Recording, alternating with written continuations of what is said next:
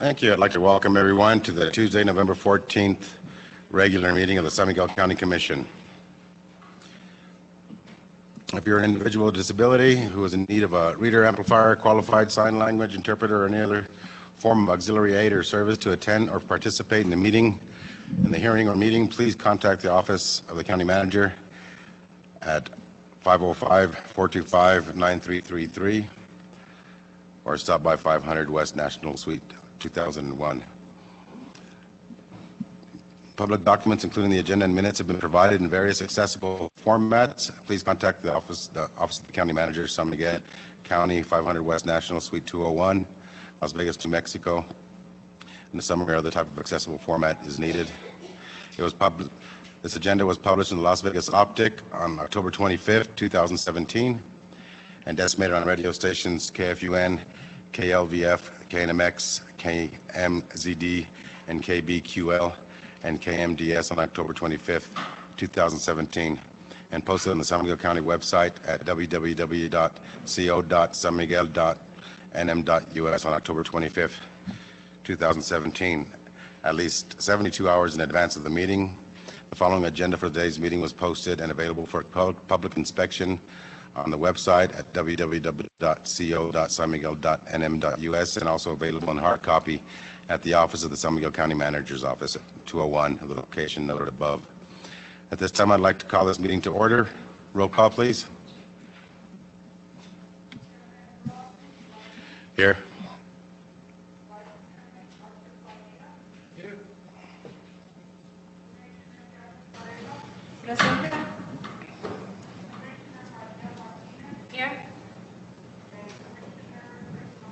Here. We do have a full quorum. And Commissioner Varela, would you like to lead us in the pledge? Sure.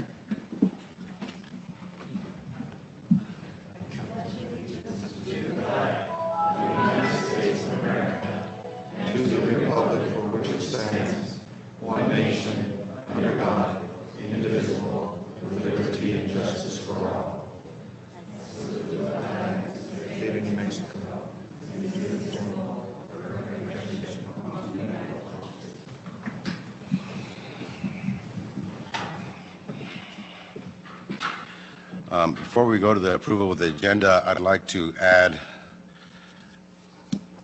to new business the MBT project and the state of emergency for San Miguel County for under new business. And the new business, a non-action item, it's a declaration of emergency by San Miguel County and the MBT project.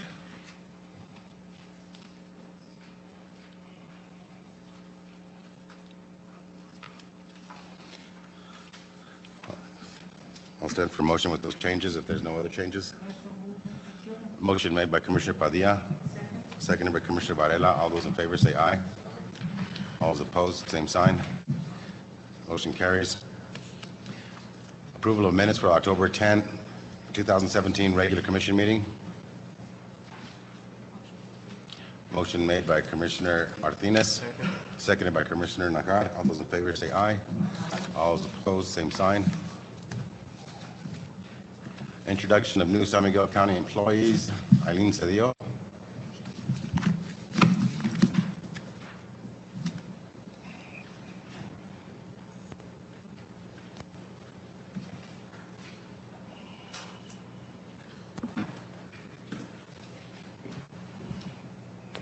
Good afternoon, Chairman, Commissioners, Dr. Martinez, Melinda. Our latest hire is Ms. Victoria Lucero. She is a probationary full-time employee with the Sheriff's Division. I guess she couldn't make it right, Sheriff Gold? She's doing her job. Well, welcome.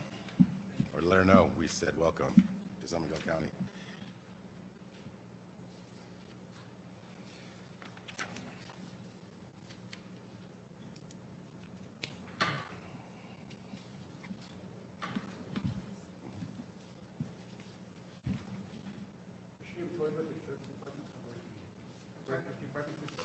Where did she put the person? She previously worked with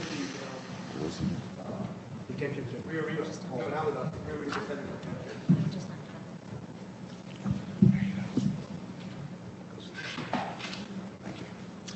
So next we have public input. In order to promote an orderly, efficient meeting respectful of everyone's time, the chairman may recognize individuals who have signed up to speak. Recognized speakers will be limited to 3 minutes of public comment period. Recognized speakers shall be permitted to speak no more than one at a time. No rebuttals to the comments by others will be permitted. Comments, applause, and other interruptions from the audience shall not be allowed. Threatening and abusive comments that disrupt the meeting shall not be allowed. And all speakers shall address the Board of County Commissioners, mention their name, and then speak on the issue from the podium. Manuel Garcia.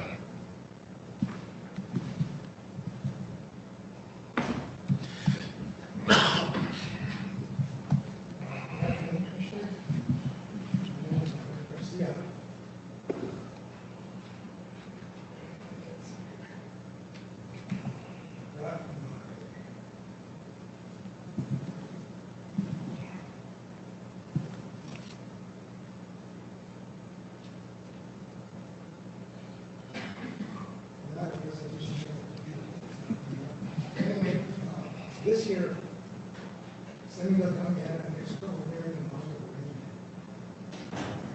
It's the best itself since the beginning of the monsoon season. June 15th, this monsoon season was completely in September. But there's that 20 inches. And normally, I think the most they've ever gotten was 23 inches in 1 year. So I think that this year, we really broke that average in terms of rain that's in there.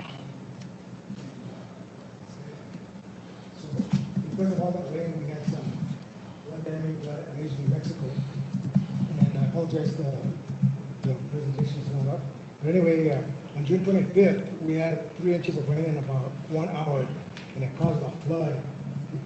I know you're going to have to see, but there's the arroyo kind of overflowing the banks. The arroyo is about 10 feet deep, and the water was from side to side in the banks.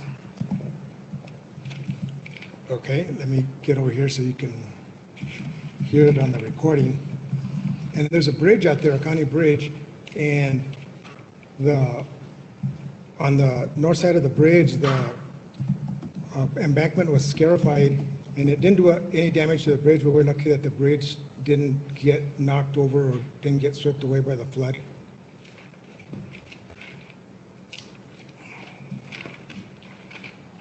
This bridge has been a common topic. We've been talking about it. San Miguel County has failed to make the necessary maintenance on it. Even the recommendations the Department of Transportation has recommended. So here's an example where there's a tree right here, and it's growing right into the guardrail, and it could break over. And this is about an 8-inch diameter tree, and these trees are blocking the channel, and they're affecting the amount of water that can go under the channel. So here's another picture with my truck on top of the bridge, and you can see the Alamo and all the trees under the channel. So what happened is that all these trees picked up a lot of debris, and so the water had to flow over the bridge. It actually flowed over the bridge and on the sides. So we need that to be remediated. Here's another picture showing the truck and the concrete support for that bridge.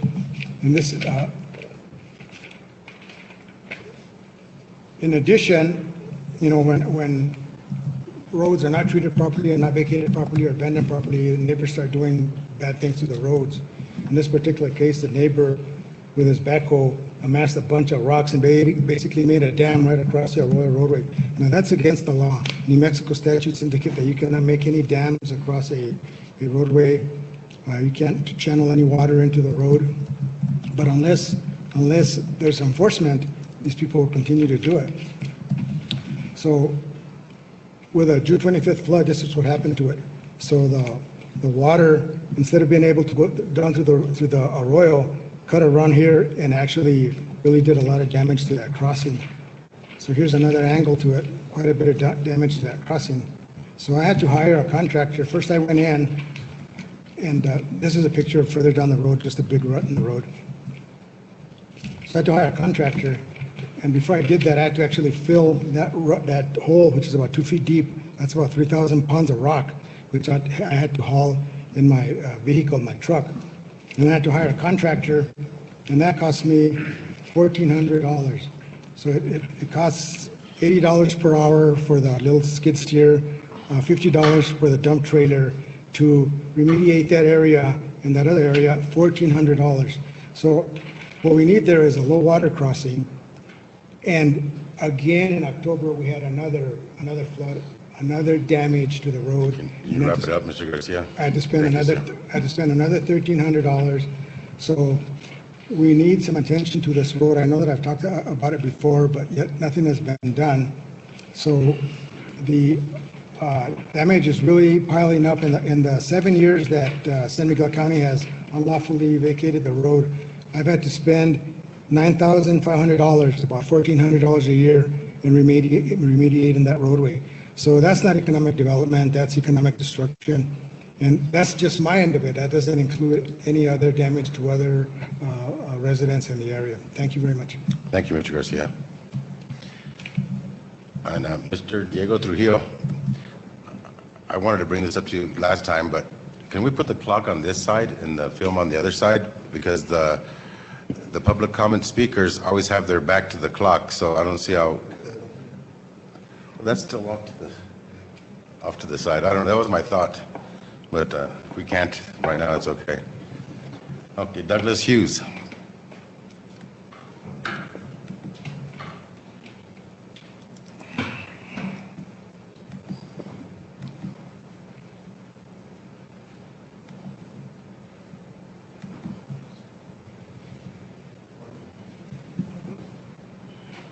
Good afternoon. Does this work? I guess so. My name is Douglas Hughes. I'm a medical doctor in the area, currently taking care of or participating in the care of 2 cancer patients. I'm concerned about the herbicide spraying that takes place in the county on the sides of the roads. I was told by the county attorney that the spraying is not being done by the county, but it's actually being done by the state with the approval of the county, or at least the acquiescence of the county. Herbicides cause cancer. Roundup, which is one, which does get sprayed, causes non-Hodgkin's lymphoma. Of course, everybody can just forget about it and not even address the subject until it happens to you. It's currently happening to one of my family members, cancer. We can bury our heads, we can say it doesn't matter, or that the state is just taking care of thistles that they don't like. The herbicide goes into the water supply, it percolates through the layers, ends up in the aquifers. It's something that would be better if we did not allow. And then in 50 years, some of our grandchildren will say, my God, my grandparents actually knew what they were doing. But if we don't do it, we'll reap the benefits. If you want more detailed information, I'll give it. There's not enough time to do that. I'll prepare information on this stuff. I got a master's degree in chemistry, did graduate research in the subjects. I speak that language, and I know it's dangerous. Thank you, Mr. Hughes. If you can supply us that information to the county manager's office, that'd be great. Okay, will do. Thank you. Mr. Chairman, members of the board, I had no conversation with this individual when he refers to county attorney. It must have been somebody prior to my appointment. Okay. Ana Romero Johnson.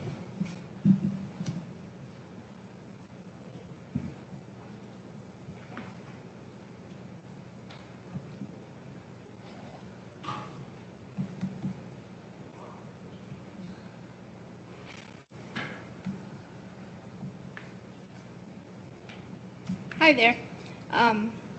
I already wrote a letter to all of you about the flooding on Old National Road.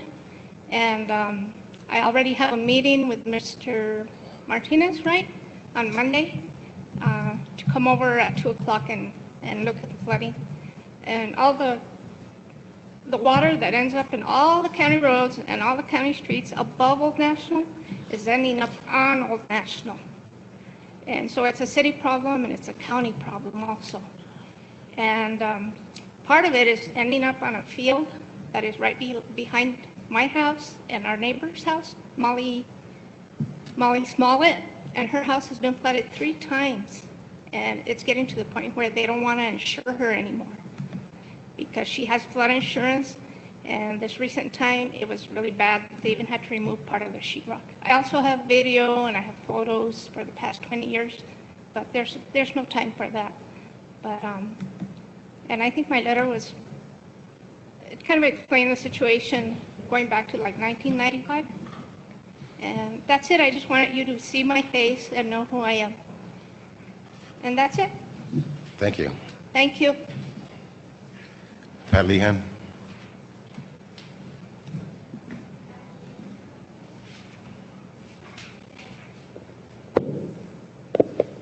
Pat Lehan, Las Vegas. First, I'd like to echo the words of Dr. Hughes, who talked about the herbicides. When the Forest Service some years back wanted to lift the ban that's been in place in our watershed for a very long time, more than 2 decades, the Peace and Justice Center did some really deep research. And what we learned was shocking. Glyphosate, Roundup, which is being used on our county roads, which is crazy, has been banned in multiple countries, started in Sweden. And even though Monsanto said on the bottle that it does not leak into groundwater, that's exactly what they found in Sweden. It leached deep into the groundwater. It's banned in some states. It's even banned in the Pacific Northwest by the Forest Service in that part of our country. We should not be using it anywhere in the state of New Mexico. I'm also here to thank you, to thank our commission, our manager, and the new warden of the detention center and his staff. In 2004, we formed the San Miguel County Detention Center Citizen Advisory Committee, and we've been volunteering ever since.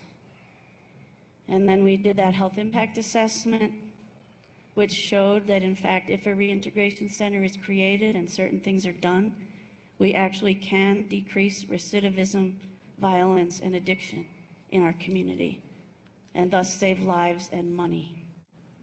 And I now feel hopeful that we have a commission and a warden who believes in programming, support for the reintegration center to make it the best that it can be. We dreamed, thanks to Steve Flores, of it being a model for the rest of the state. And now I have hope that we can actually pull it off. So thank you for allowing us to present previously, and we'll be back with more information. But today is just to say thank you to all of you, and especially to the warden and his staff. We're really hopeful and grateful. Thanks. And thanks for all you do. That'll conclude our public comment portion. Now, new business. Some years ago, before I was in the commission, but certainly while Commissioner Padilla was here, this is your 15th year, correct, Commissioner? Not consecutive. Right, but your 15th year on the commission. There was 2 deaths, I believe, when children fell into some illegal septic tanks, separate incidents, and the county declared a state of emergency at that time to deal with the issue. There was a really good program idea that was in front of the last commission. It didn't get through. The gentleman that brought the MBT, the mechanical biodegradable tumbler, to the commission has since passed away. His son is here from Denver, and I was hoping that Mr. Flores is part of that project. And I just want to apprise the commission. There was another death just recently for the same thing, and we still have a state of emergency that the county has not moved on. So if we can summarize the issue right quick with Mr. Flores here, and then I would like to direct the manager to meet with the MBT team to see if we can get this process going again. Mr. Flores? Yeah, I don't think I need to add anything, I get a lot. But yes, the chairman's correct. Years ago, a couple of kids fell into some illegal bits of shit, to be honest. Recently, about 3 months ago, a family moved in from Arizona to one of the commissioner's districts. I won't say who, but the wind blew off the laton, you know, that they used to cover it, and eventually, the little boy fell in. At first, they just cleaned him up and stuff, but they went back to Arizona to finish moving over here. Over there in Arizona, he got sick. They took him to the hospital, and some parasite had, I guess, clung to his lungs. He ended up passing away. The family since then has moved back, and I asked them to be here today, but if we need to, maybe later on they can come by. But that's kind of like the stuff that we're dealing with at that level. About 10 years ago, Lawrence Salinas, may he rest in peace, retired from the Environment Department. He dealt with air quality, with solid waste.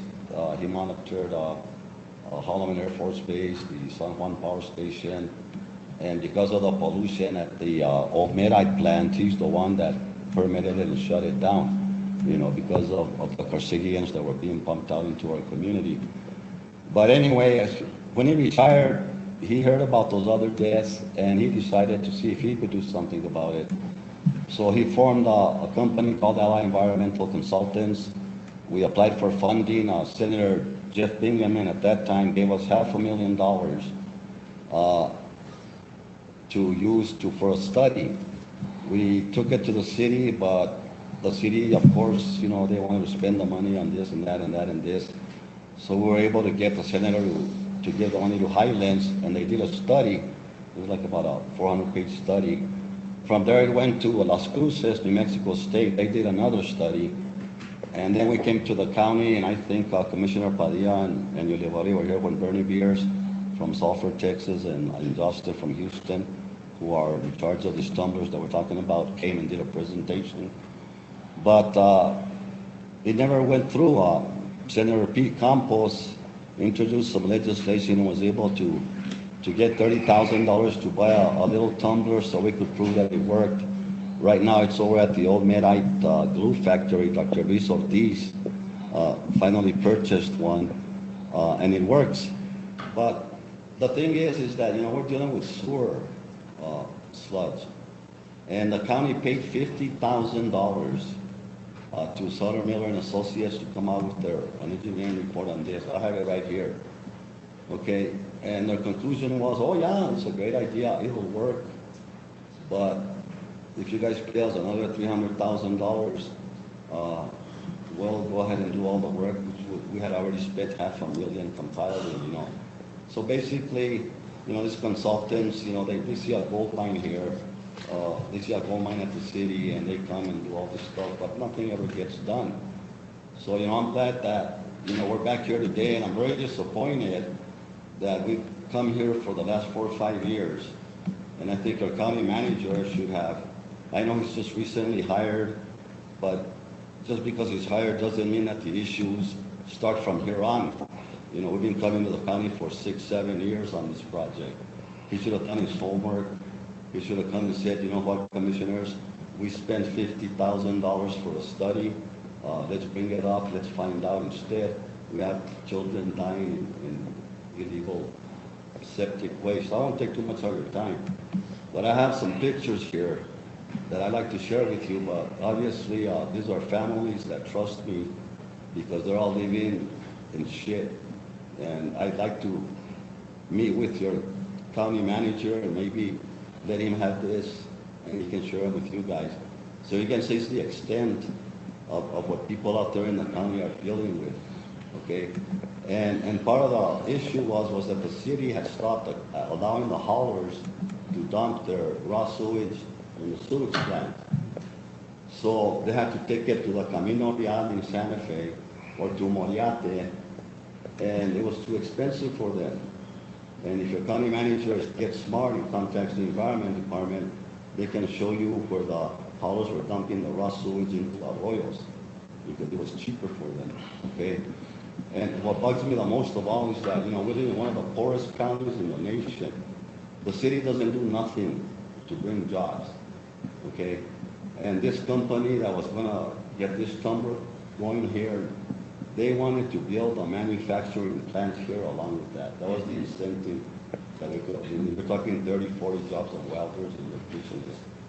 So with that being said, I asked you new commissioners, Nahat, Martinez, Varela, you weren't here when all this stuff was going on. But I would like for you to revisit it. And if I'm not mistaken, Mr. Chairman, Senator Pete Campos has already committed to introducing anything that we need to in the legislature to help move this project forward. So I really encourage you guys, ustedes son el ejemplo de nosotros. Cuando ustedes están con una oficina, nos hablan, nos piden el voto, y nos dicen que nos van a ayudar al pueblo y quedar bien con la gente de acá y para allá, y cosas como imagina donde hay bebés muriéndose y gente muriendo, viviendo mierda y cosas así, por eso los tenemos a ustedes. Y si ustedes no nos ayudan a nosotros, ¿quién nos va a ayudar? So with that being said, tell your county manager to answer some phone calls or return phone calls, and I'll be more than happy to come and educate him on this. We'll go ahead and pick up this ball and take it downfield, Mr. Flores. Mr. Manager, you make sure we meet with them and we can get this MBT project back on track, and Mr. Elitas can come and show the rest of the commission what this tumbler is all about and the byproduct that it produces. Thank you for your time, and lo siento mucho. I'm sorry about your father's We can create death. compost and we can sell it. I had a long conversation with Senator Campos on Monday, and he's been supporting this project, and he still 100% supports this project. So he's going to be looking for funding at the legislature, so we need to do our part. Thank you again, Mr. Flores, Mr. Elitas. Lo siento mucho.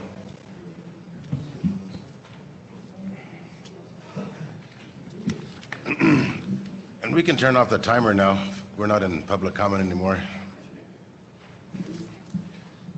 Our next presentation is Fears Nachwati. Is that?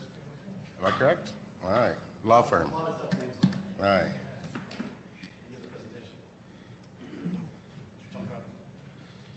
And this is about our opioid epidemic. It is. My name is Matt Daniel, attorney with Prairie, Wansboro, and Dallas. I've teamed up with the law firm here. Can I sit somewhere, or how do I get this? How do I get my PowerPoint? That goes to Diego in the back. Probably should have set that up a little while ago.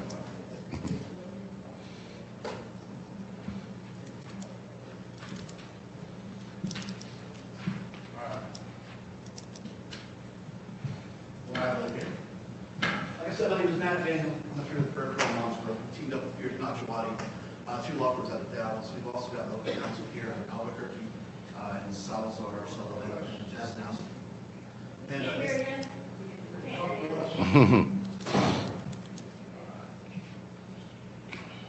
So we've got four law firms teamed up. We've also got Jonathan Novak here. He's our minor celebrity. He was on 60 Minutes recently. Former DEA attorney who has joined our team to take on the manufacturers and distributors of opioids. Click, please. Sorry, this is a little awkward, but we don't have a clicker. Can we click?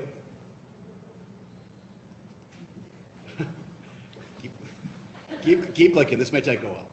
And so we're going around the country. We're talking to cities, counties, and states, Indian tribes, municipalities, any municipality we can find. And we're discussing the potential for recovery and the damages that this has caused. We are strongly encouraging any community to do something. Please click. Do something. Move forward. Hire somebody. But the problem is you can't not act. By inaction, you are acting and keeping yourself out of this. Click, please. What are opioids? They are highly addictive, dangerous drugs that are morphine-based, just like heroin. Click, please. Doctors are told for many, many years throughout history that these drugs are highly addictive and highly dangerous. But back in 1999, something changed. The drug manufacturers, the doctors changed their prescribing habits. And they did so because these drug manufacturers went to the doctors and said, hey, our new opioids, they're no longer addictive. They're no longer dangerous. So since 1996, when OxyContin came on the market, our drug overdose death rate has gone up 400%. Click, please. 2 million Americans get addicted to these drugs every single year. Click, please. And they sell $13 billion worth of opioids. Click, please. Click, please. What are opioids? You've seen these drugs. Codeine, fentanyl, OxyContin is the one to always remember. Hydrocodone, these are drugs every one of us has heard. A lot of us have taken these drugs. I ruptured my Achilles tendon and it hurt really bad. I took them for a week. That's normal. That's the normal way of prescribing these drugs, for a week. Short-term use, not long-term use. But that changed in the late 90s. Click, please. Opioid addiction is rampant throughout the country. Click, please. It's costing the country billions and billions of dollars. Click, please. Click 3 times. $78 billion a year, $30 billion a year just in cost, $20 billion a year in just lost productivity. Click, please. There's 650,000 of these dispensed a day. Click, please. 580 people every day graduate from opioid use to heroin use. They're very similar drugs. They hit the same receptors in your brain. And after a while, you start taking more and more drugs to get the same high. And you have to graduate to heroin because it's more available and it's cheaper. 83% of heroin users start off on opioids. Click, please. And it leads to 78 people dying every single day. Click, please. Click, please. Drug overdose deaths across the country. Click, please. Have continued to rise. They've gone up 400%. Click, please. 6 out of every 10 overdose deaths are due to opioids. Click, please. We've lost 500,000 people since 1999 to opioid overdose. Click, please. Click again. And it's decimating the labor force. There's an estimated 31% of men of working age not working are taking an opioid every single day. Click, please. Click, please. And people aren't using all these illegally. Most of them are using it as prescribed by their own doctor. Their doctors aren't the bad guys here. They didn't know. They were told by these drug companies that they should prescribe these drugs. Drug companies are what dictate how drugs are used. Click, please.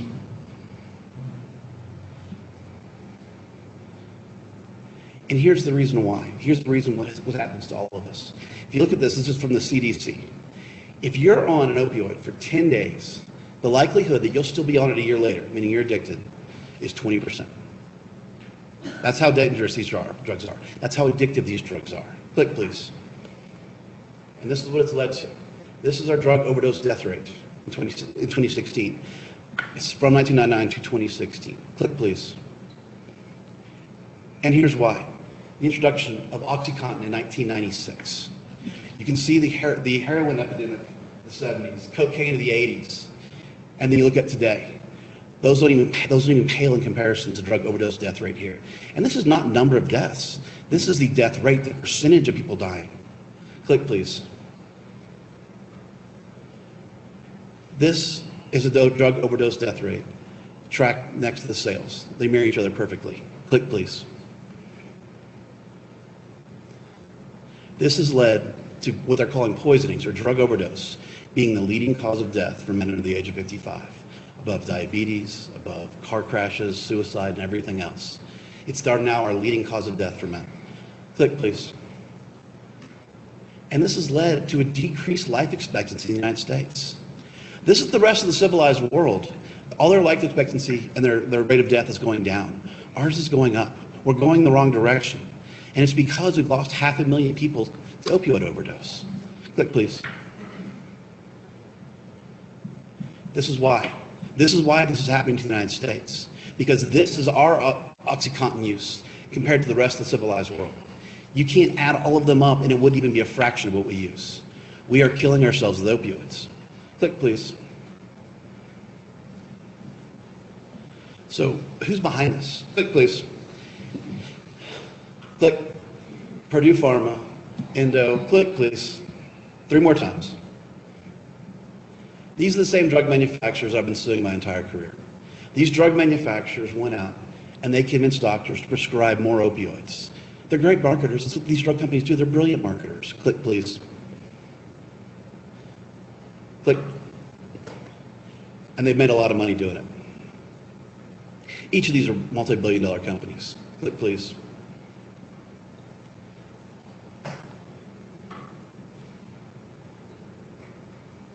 Click, please. And this is how they did it. They changed their message to the doctors. Click, please. They told the doctors that people are suffering from pain, and it's unethical. It's immoral for them not to better manage their patients' pain. They're calling them clients. They're your clients. You gotta take care of your clients. Click, please. They said that opioids are safe and effective. Click, please. That addiction to opioid use is very rare. They use that term, very rare. Click, please. Don't give in to opiophobia. That's what every doctor learned in medical school, that opioids are dangerous, they're deadly, and they're addictive.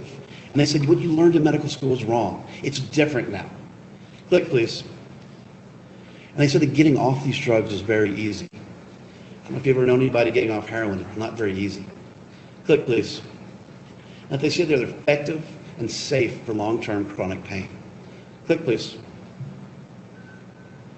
Click, please. They told doctors that pain is now the 5th vital sign. You have 4 vital signs. You've got your heart rate, your respiration, your temperature, the same things that the doctors are going to look at when you check into the ER. Well, they said now pain is your 5th vital sign. All of these have objective ways to measure them, but they don't have objective ways to measure pain. If I kick you in the shin, you're going to feel differently about it. You're going to describe it differently. There's no objective way to measure those things. Click, please. So this is what the drug manufacturers came up with. Smiley faces. Click, please. This is the best we can do.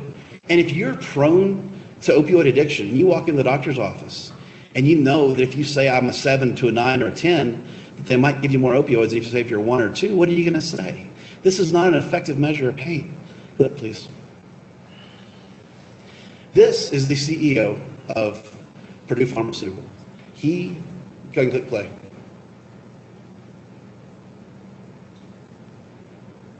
Technical difficulties here. Anyway, he says addiction is rare when properly used. Less than 1%. That's not the case. You saw what the CDC put out. In 2015, we're finally realizing these things are addictive, and CDC says what he said was wrong. But not just them, so did the DEA. Click, please. Purdue Pharmaceutical was fined a record $632 million because he said these aren't addictive. Click, please. They were misleading. Click, please. They were misleading about the risks of addiction. Click, please.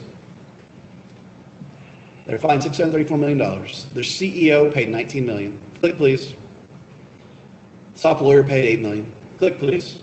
And that doctor that you spoke, who said they were rare, they personally fined him $7.5 million because they misled about the addictive nature of opioids.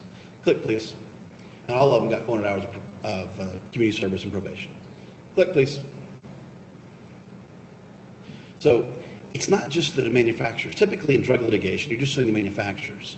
But in this instance, we have something different. We have a distributor network. Because in 1970, Congress did something smart for once. They passed a law called the Controlled Substances Act.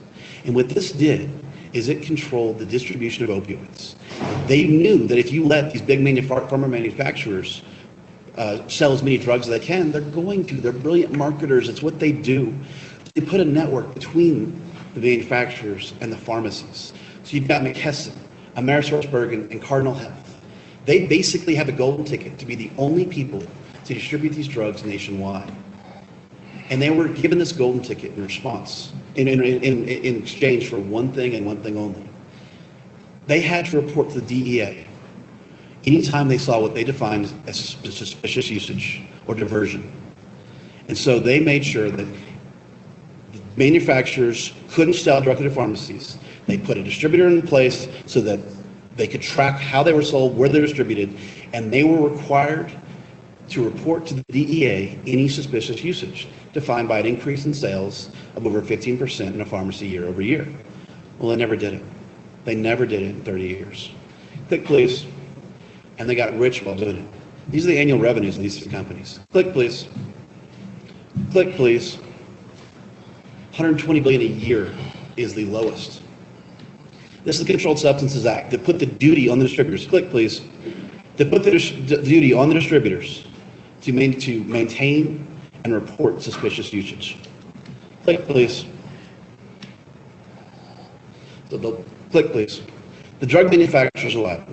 The distributors are liable. The DEA and FDA are finally cracking down on them. They're finally finding these guys record fines. So things are going to get better, right? Click, please. Click, please. They're not. In 2011, we had the record fines, but all of a sudden it dried up. It stopped. And I'm going to ask Mr. Jonathan Novak to come up here and tell you why. He was on the inside. He was with the DEA, and he was charged with prosecuting these cases for the DEA. Mr. Novak? And I did see that 60 Minutes show. It was a very good episode. It was. It's an important issue that we're facing right now. Thank you all for having us today, and thank you all for listening out here as well. So, as Matthew said, I was an attorney for DEA for a number of years. My job was to prosecute what we call registrants. So if you want to handle controlled substances, you need to be registered with DEA, and that includes manufacturers, distributors, pharmacies, doctors who want to prescribe, basically anyone who's going to have their hands in this legally. When I started with DEA, business was booming. We were down in Florida where the laws were crazy.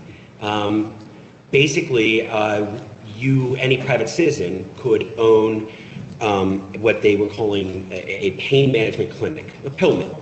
One example we like to point out is that there was one owned by two felons who there was no regulation on it. They could own whatever they wanted. These were one-stop shopping, and so you had down one hallway, you had the doctors who very suspiciously were only writing prescriptions for oxycodone 30, as well as other drugs that when taken in concert with that created a high like heroin. You would go to this place, you would get your prescription down the one hallway, and then you'd walk down the other hallway and get it filled at a dispensary in the same building.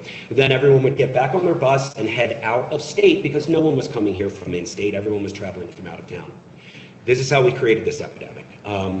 We started prosecuting these cases, we'd go in, we'd shut them down, and we had a lot of success. Unfortunately, every time you shut down one of these doctors, every time you shut down one of these pharmacies that's willing to fill a bad prescription, another two pop up. We created a marketplace for this, the demand is out there, and shutting down the doctors and pharmacies alone was not doing it. Around this time, we got the idea at DEA that we need to go a little higher up the distribution chain. So we started going after bigger fish. We did a national case against Walgreens. Walgreens, obviously you know they have an extensive pharmacy chain. They also have their own distribution center. There are only two distribution centers for Walgreens that are able to distribute oxycodone. One of them was on the East Coast in Florida. We went down and we shut it down. As part of our investigation, we began to look at what they knew. Because what we saw when we did the individual pharmacy investigations was that numbers were up over a 6-month period, 200%, 600%, 1,000%. Meaning a store that in all of last year ordered 100 orders of oxycodone 30, in the month of January ordered 1,000. This didn't make any sense. And we brought to them, why didn't you report these suspicious orders? Why didn't you say something? Why didn't you tell us that this was going up? Well, they pretended that that just was the nature of the market. We ended up seeing in internal emails from them that they were well aware of these spikes. They just basically said, well, business is going well. Our marketing is going really well. We've got the doctors writing these prescriptions. We got the pharmacies filling it. Business is booming for us. In this particular case, there was a small town in Florida. The sheriff of that town had written a letter to the corporate board at Walgreens and to the people at the distribution center. And the letter said, please help us. Your pharmacy in our town has turned into an open-air drug market. We stationed police there not only to make arrests, but because there have been multiple overdoses at your store, including an incident where the customer goes in and gets his oxycodone, purchases syringes at that store, goes into the bathroom, overdoses. So the sheriff sends a please help me letter. Do you know what Walgreens said? I'm sure you can guess. Nothing. They said nothing, they did nothing, they never responded. And people kept dying. We ended up getting an $80 million settlement against Walgreens in this case because of what we found when we did our investigation. That they knew and that they did nothing. That they acted only with greed in their hearts. Unfortunately, DEA enforcement has not been so proactive recently. I ended up leaving because after we got success against Walgreens, after we got success against McKesson, these are names you saw on the board. Suddenly, instead of going out and enforcing and shutting people down, we started getting demands to go and attend meetings, demands to go and meet with the attorneys from McKesson, with the attorneys from Purdue, with the attorneys from Cardinal, because we needed to hear their side of the story. Because they don't think they did anything wrong, but if they did, they want the opportunity to do better in the future. Billions of dollars later, and now they're asking for an opportunity to maybe figure out what they were doing wrong. Unfortunately, enforcement numbers for DEA have shrunk. In 2011, when I was there, we tried about 200 cases that year. Last year, the numbers for enforcement actions by DEA against all registrants combined, under 30. They're not doing anything. And to make it worse, most recently, and this was in the 60 Minutes piece, and if you haven't seen it, it's very compelling. A senator proposed a bill which ultimately was passed unanimously in the House and in the Senate, that basically has taken away DEA's ability to enforce, because now, instead of DEA being able to go in and say, no, you need to come in and tell us why we shouldn't take away your license to do this, why you shouldn't be fined millions of dollars. No, now DEA has to tell a registrant, a manufacturer, a distributor, we think we have a case against you. So now you need to tell us what you're going to do better in the future. And if you write that down and you send it to DEA and then we review it, then we're not allowed to take action against you because you've now submitted this proposal. DEA can't do anything anymore. And with all this influence, they weren't. Unfortunately, that's the sad state of affairs that brought me on board with all of this. And I'm going to bring Matt McCarley up to talk about it more. Okay, thank you for your time. Matthew McCarley, Fierce Nachawati. So where does this leave us? Why are we here today? We're here today to ask this county to take action. We're here today to ask the county to get involved in this litigation. And the reason is because if this county doesn't do anything about it, there's no one out there currently that's going to do something about it. And, some of the causes of action you can click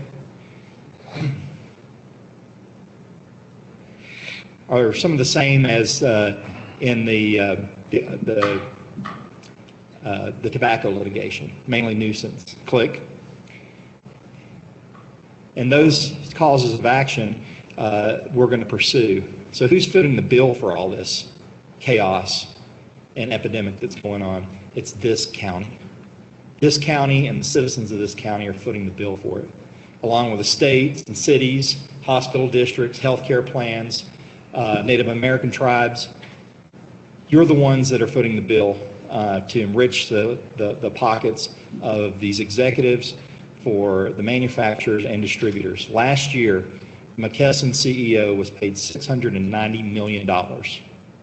That's directly off the backs of the people in this community. And our firm is saying that enough is enough.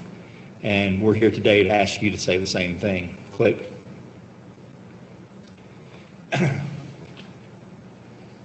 So the damages that we'd be looking at for the county would be for policing, for cost of indigent care, addiction recovery services, you name it. We'd sit down with the county, go line by line, and extrapolate out the expenses this county's incurred due to this epidemic. As previously mentioned, 83% of new heroin users started out as opioid addicts. And we can extrapolate that into a damage model and recover for the county for those expenditures. Click. Keep going. Not only are we going to ask for those damages, but we're going to ask for punitive damages to punish them. As previously mentioned, these pharmaceutical companies knew that these drugs were addictive and that they shouldn't be prescribed for long-term chronic pain. Yet they convinced doctors that it was appropriate. And the doctors rely on these pharmaceutical companies to instruct them. They get what's called an information for use from the pharmaceutical companies. These doctors aren't scientists. They rely on the pharmaceutical companies to tell them the appropriate use for the drug. Well, they told them, hey, it's appropriate to use it for long-term chronic pain. They relied on those lies, and that's why we're going to pursue punitive damages against them. Click.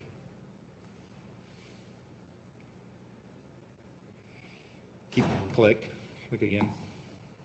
Also, we're going to ask for equitable relief. What equitable relief is, we're going to ask for an injunction and abatement of this, of the wholesaling of these drugs. What Congress did when they put in the Controlled Substance Act, they were trying to put a middleman between the distributor and the patient, and that hasn't worked. And so we have one county in West Virginia that has 25,000 residents.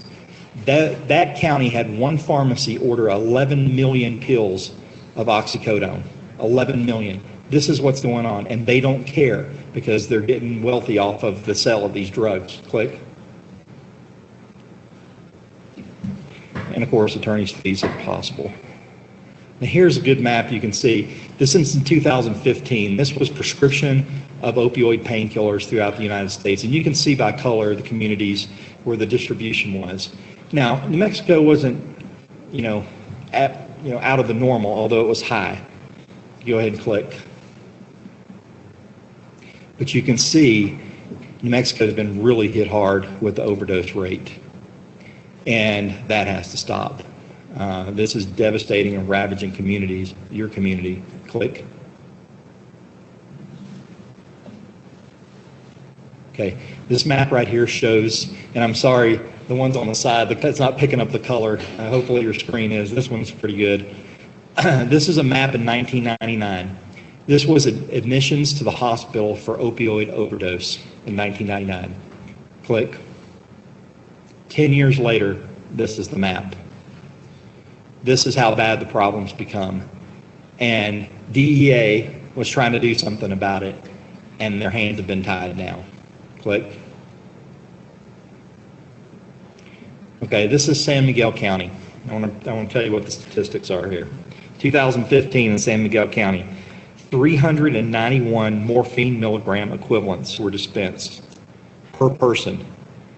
And if you're wondering what that means, that's the equivalent of 26 oxycodone pills per person in this county. That's a lot. As Mr. Daniel told you, just after 10 days of use, you have a 20% chance of becoming addicted to these drugs. Like, you can see on this graph right here of the opioid death rate in the county, how it's increased year after year after year without abatement. Click.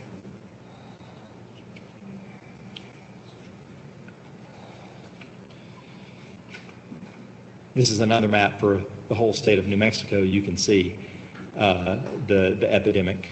Click.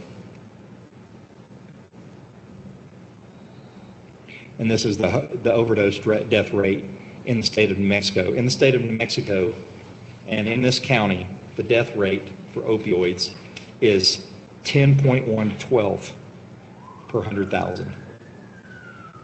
Okay, click.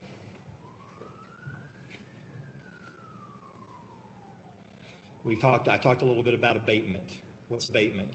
We're asking in our lawsuit that the manufacturers and the distributors do something like what was done in the tobacco litigation, that we have programs put in place, television, educational programs for youth, to educate all the citizens of this county on the dangers of prescription drugs, specifically opioids.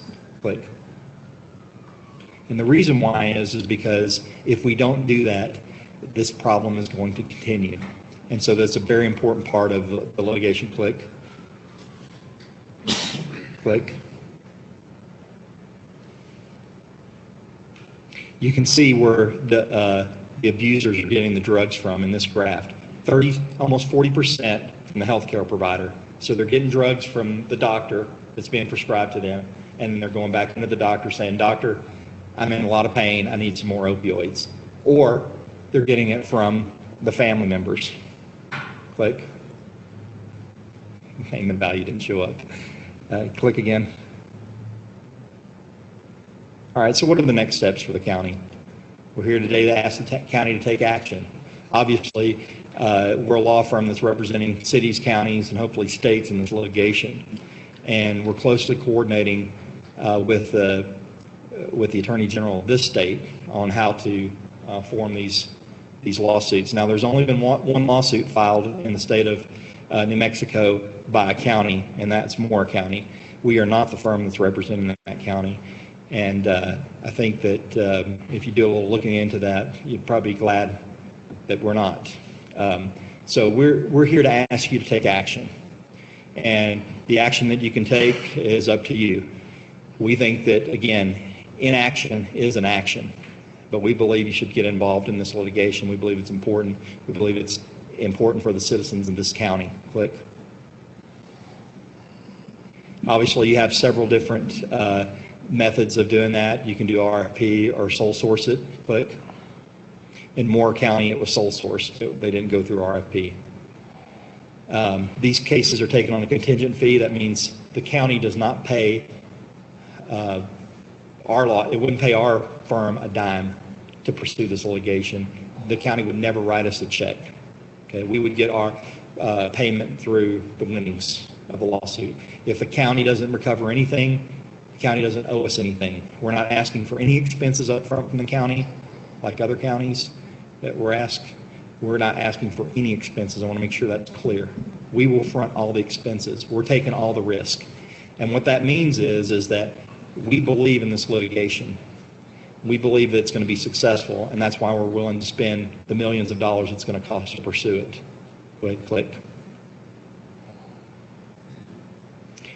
Go ahead and click. You can click through that.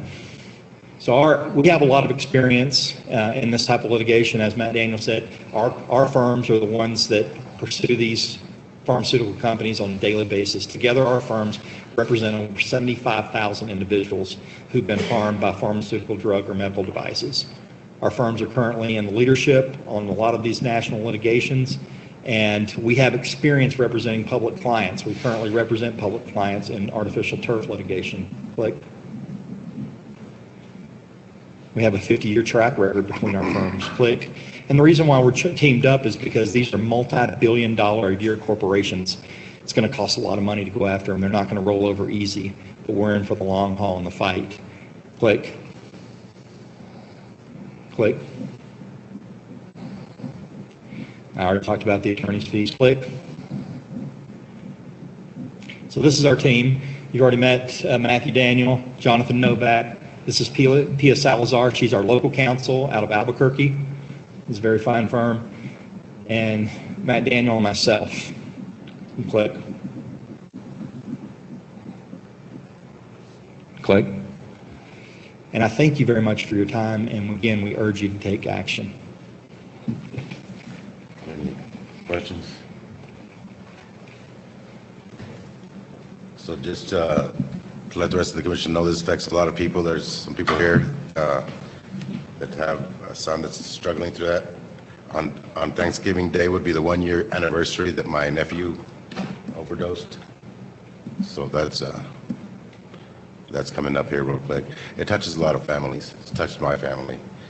It's touched her family. And Pecos is suffering from this at alarming rates. But I thank you for your presentation. We are going to be discussing it later in the executive session, and I'm sure we'll let you know. Thank you for making the drive down here, and I appreciate your presentation. I appreciate all your hard work. I saw that presentation for 50 minutes. It was very eye-opening. It's very damning. A big farm.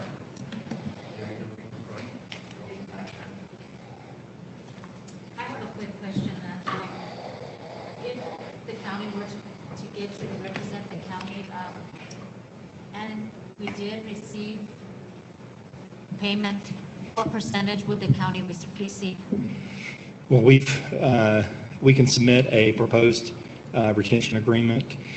Our percentage starts at 25% of the recovery. So the county would receive 75% of the recovery minus the expenses. And then we have a declining scale after that, meaning the higher amounts of money that we recover for the county, the lower percentage that we take. We believe in this. We believe this is a cause for us. And so, after we're compensated for the work that we're going to do, we believe the county should take the majority of the money. Thank you. I have a follow-up question as well. Yes, sir. From the time of filing to the time of resolution, what are we looking at? Well, this has been going on for a couple of years now. Some other states have been very actively involved in this litigation. Kentucky, Ohio, West Virginia, those states were hit really hard by this epidemic, along with New Mexico, by the way. So the litigation's fairly advanced, and we believe it's probably going to take a couple of years. I don't want to, fool you to think that it's going to be something that's going to be resolved quickly, but we don't think that it's going to be decades long. At least we don't hope. And the reason is because work's already been done towards the litigation. Any other questions I can answer? Counselor? Mr. Chairman, members of the board. In looking at your presentation, you state that it will not cost the county anything. I think the county's always concerned about protecting its funds and its assets. Correct. But I also see that you don't mention the Unfair Trade Practices Act of New Mexico. You just use Texas statutes. And under the Unfair Trade Practices of New Mexico, which I would assume that you have to use, there are attorney's fees and a cost to the victim. So it is possible that a counterclaim could be filed against the county. And if successful, then the county would be responsible for the costs and attorney's fees of the other side. Are you willing to indemnify the county and protect them from that liability? Of course. We don't believe that's going to be an issue. And you can correct me if I'm wrong. And by the way, I apologize for the typo. That should have been New Mexico. But our understanding of the Unfair Trade Practices Act is that that is within the jurisdiction of the state. But I could be wrong about that. That's what I was informed. And so if that's the case, then we probably wouldn't include that as a cause of action. But like we mentioned before, we will be coordinating closely with the Attorney General on our filing to make sure that we don't step on his toes and everybody is in the position they should be in. So, we would gladly do that. We don't think it's going to be an issue. I believe that was the only concern. Yeah. So, if there are no more questions? Just one comment, coming back from a law enforcement background, and also I was a regional drug enforcement coordinator for several years. I know that law enforcement is struggling to do anything about this type of laws. There's really nothing that they can do. The only way that we can afford, DEA doesn't want to really get involved anymore as far as making cases. So the only recourse that the county has as far as enforcement is through lawsuits. Because the only thing that the people, the big companies understand is deep pockets. And that's the only enforcement that we're going to get in our small counties. And I served with the government, and I did it it was a great honor to be able to serve my country and to serve the government. And I know that choosing to be in public service is something that it's a calling. You can make a lot more money in other aspects of business. I did it because I believed in what we were doing, and I found myself disillusioned for that same reason and what you're talking about. This war of attrition, and we're losing. There's no money, and there's no good, effective way for law enforcement without absolute funding to get out there and make a difference. It's just a fight that they're losing, and it's disheartening to everyone. And to that point, I completely agree, and I think that these lawsuits, what I saw is, even when it was DEA going for civil penalties, that's how we got changes from major corporations. Yeah, and just I'm sorry, I'm going to step on his toes, but just to mention, as you may have saw in that 60 Minutes piece, a lot of these attorneys for the DEA were hired away by these drug companies, so that they could form the legislation and the responses to the DEA. So they've gone and hired away the senior DEA lawyers to come and write legislation for them on behalf of them, and in addition to that, to respond to the corrective action letters that are, it's now the law, which hopefully we can get that overturned. But that's part of the issue, yeah. Here we go, those vendidos. For salaries 4 times the amount that you were making as a DA agent, is that correct? I'm sorry? The salaries that they were hired by Big Farm? Yeah. Four times the amount that you were making as an agent? You can't compare the salaries that they're getting paid as attorneys for a big pharma company as opposed to a DEA attorney. Yeah, there's no comparison. One of my former colleagues, a line attorney like me, was just named a vice president of Cardinal Health, one of the distributors. I mean, you go to the other side and they pay you handsomely. They take your soul, but they pay you handsomely. I have a comment or a question.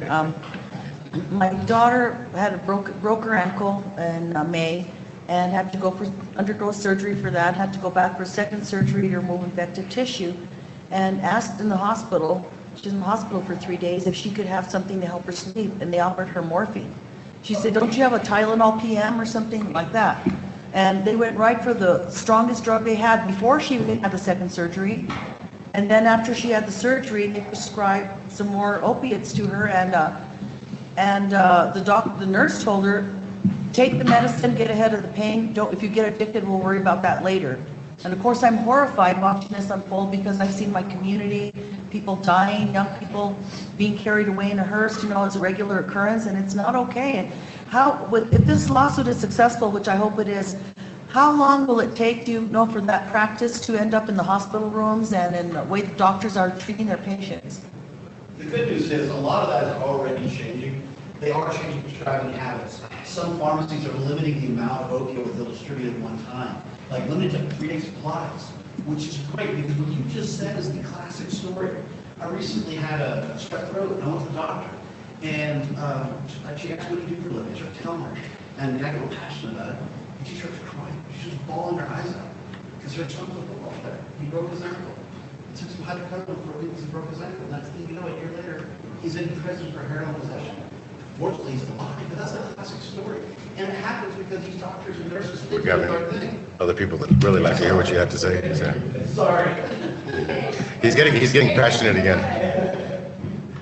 Anyway, thank you so much for bringing this to our county. Ms. Cruz. Thank you. Monica Cruz with the Director. I just want to let you know that through the Behavioral Health Local Collaborative County Initiative, as we know, we did receive funding to bring in different programs and treaties, and one of those is safe for opioid use fighting, so we're trying to set that up for our local providers to create responsibility.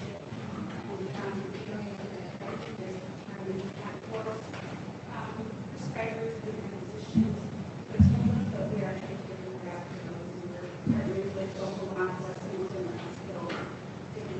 And the local law enforcement and university will start communicating all of them to make sure that there's no cost to people. And how much funding is tied to that, Yolanda? It's $40,000. For the state got $500 million, $500 million from, and we got 40,000. You actually should apply for and ask for a lot more, in my opinion. And we can really apply to what being asked to, because I have 2 days to write that, and I don't know how to do that stuff. I don't know the stuff that they said to ask us to do. So then we're relying a lot on our partners to do that. And when we can go to any specific agency like our agency, we get any of that list to support more trainings and more programs to get things in place to get support necrosis treatment. And we work with prescribing, vocational interview training, matrix training, things like that. We did work with our partners to get law enforcement trained to deliver the last one in our town and also additional tasks. Thank you. Thank you.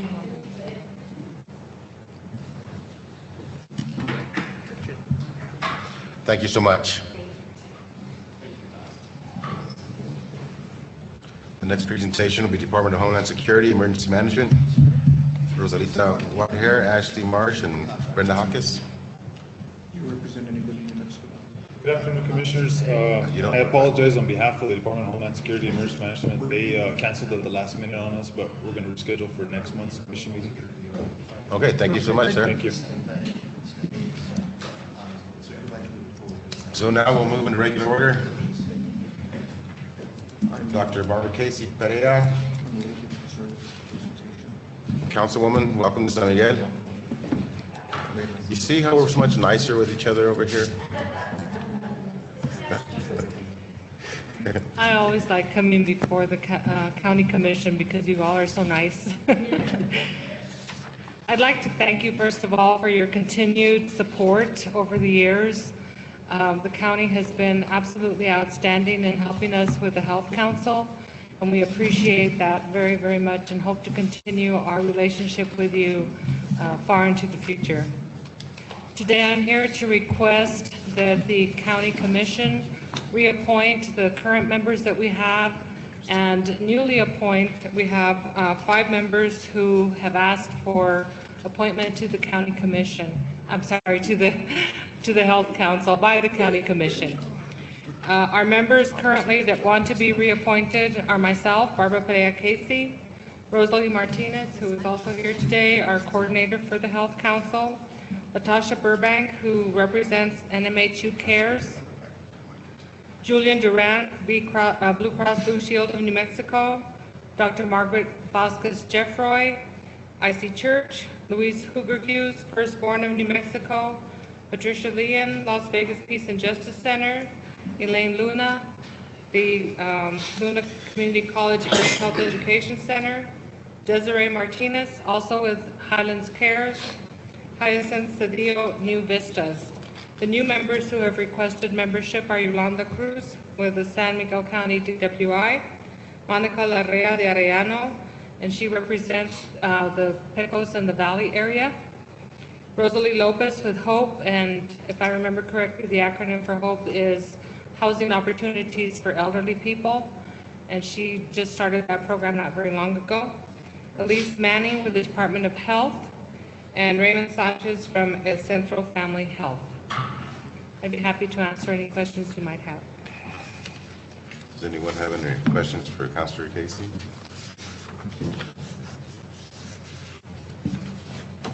The only question I have is, do all these people meet your criteria as far as what's required, or it's just on a voluntary basis? It's a voluntary basis, and most of them have been attending our meetings anyway on a regular basis, but they can't vote on anything. So they would like to have the opportunity to, have full membership on the council so that they can vote on issues whenever they come up. And this board is in full agreement of the extended members? Yes. Okay. Thank you. Mr. Chairman, motion to approve new board members, the existing board members and the new board members to the San Miguel Family and Community Health Council. I'll second that motion. Motion made by Commissioner Nahat, seconded by Commissioner Padilla. All those in favor say aye. Aye. All those opposed, same sign. Motion carries. Thank you, Thank you Councilor. very much. Much appreciated. Second on the agenda, economic development. It's a corporation, not a corporation.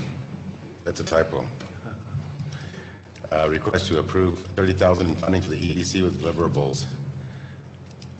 So the reason I asked to put this on the agenda, I want to apprise, especially the 3 new commissioners, that 2 years ago, this commission voted to raise the taxes on our community members by 2/1/8.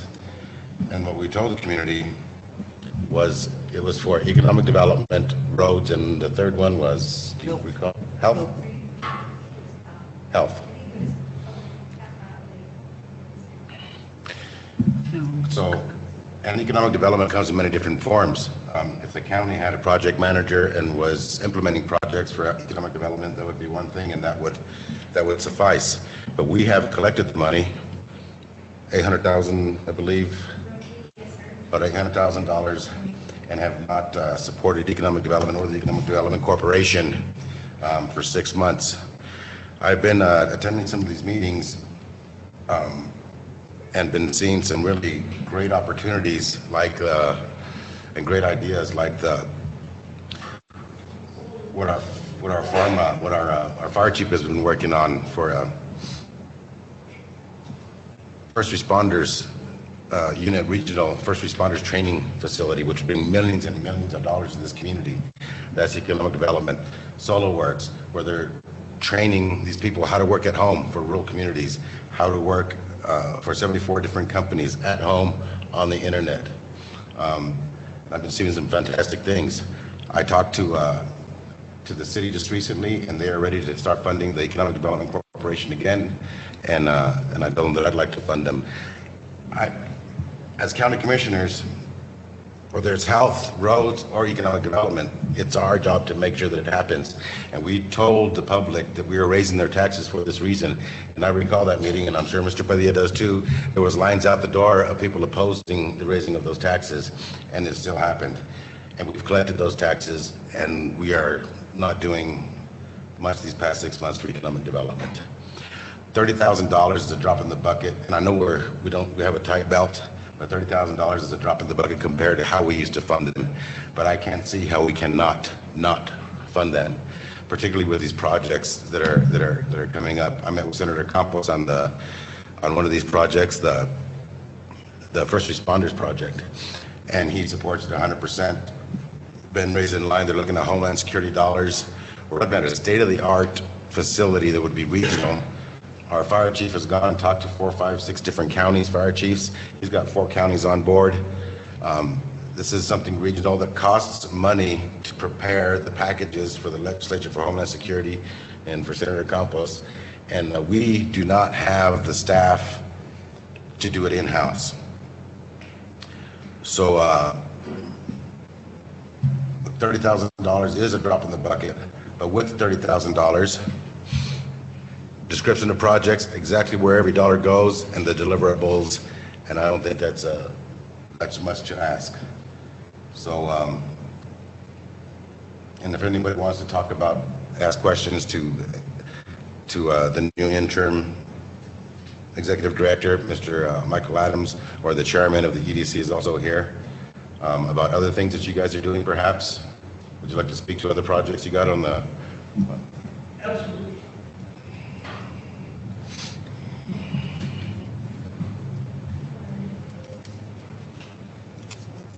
Good afternoon. Good afternoon. Council members, Mr. Chairman, Dr. Martinez, we've worked together for a long time.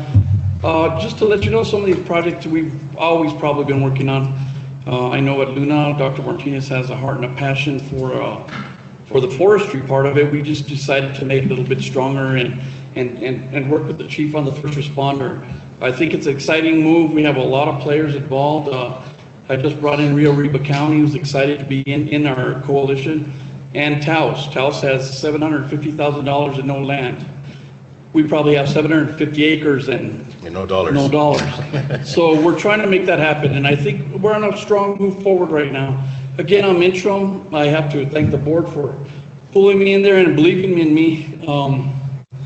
We have a few more projects. We're looking again with the city at the skating pond and the hot baths. We're also looking at with SolarWorks. I think SolarWorks, actually we have a mom here, I think, from one of the graduates in SolarWorks. Our first class was 4 weeks. We had 3 graduates. We hope to recruit more. Working again with you folks, with the city, I know that I've got my commitment from the mayor and from Richard. So now they're pulling with us on EDC. So anything you could bring to us, we'd appreciate it. And I think we put it on as high a plate as we can. I think a lot of you know how I work and who I am. And I just love to move forward for Vegas and our county. Any questions, I'd be happy to answer. I have a question on the community kitchen. How's that progressing? You know, Commissioner, we've been waiting a long time. Right now, we're still waiting on the state. The state hasn't approved our dishwasher. We've ordered supplies. Actually, EDC is paying for the supplies. Luna paid for half of a lot of it to try to get this moving along. So we're waiting on the state for them to bring in the supplies on the heavy duty dishwasher, and then we're ready to go. Again, it's all in the state hands for them to approve and give us the blessings. Because I'm just as frustrated as you are on the commercial kitchen. It's been a while, and especially as a board of trustee at Luna, it's been a hard thing to push forward or make happen when we're losing our kitchen to use of the students and everybody else to try to make something for the community, and we're still at a standstill. So it bothers me as a trustee, and it bothers me as an EDC. But there is an interest that people wanting to use it once we get on ground, get it off the ground. Let me tell you, Commissioner, it's amazing what we have. LNF felt bringing in a person from Bernalillo. Is it the kitchen? The range? The range is coming in to cook for him at the Castaneda and the Plaza. He's interested in using it. We have Solomon Ranch. We have, again, a few people want to make tamales and cookies. I think as once we get moving along and we're actually solid, I think we'll be okay. And again, please ask us about the expense. I know I heard something, but the liability is not much we can do about, but it's about $250 if you go on the internet. That's liability for you to cook. If you poison somebody, Luna can't do anything about it, nor can the EDC. So I think it's about $250. We've researched that, Pat, and please come to the EDC. Is that a year? That's a year. So yeah, we're trying to figure out the lowest price. We want it to work for the community, not to work against the community. So please, I think total, if you get into it and you have to do everything, it comes close to probably $500. But again, we'll work with that and assistance from other folks. Hopefully we can work on another fund that would help people that want to come into the commercial kitchen. So like I've always said, and I've always tried to do, let's collaborate on some of these things and make it happen. If we don't, it's not going to work.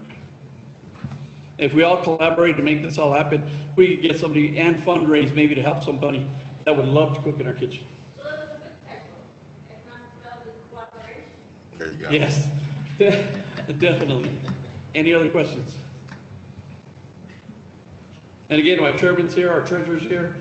We brought the whole team. If you're ready, we'll answer anything you have. I have a question, Mr. Adams. Of course. Being from Pecos, I'm always reminding everyone that Pecos is part of San Miguel County.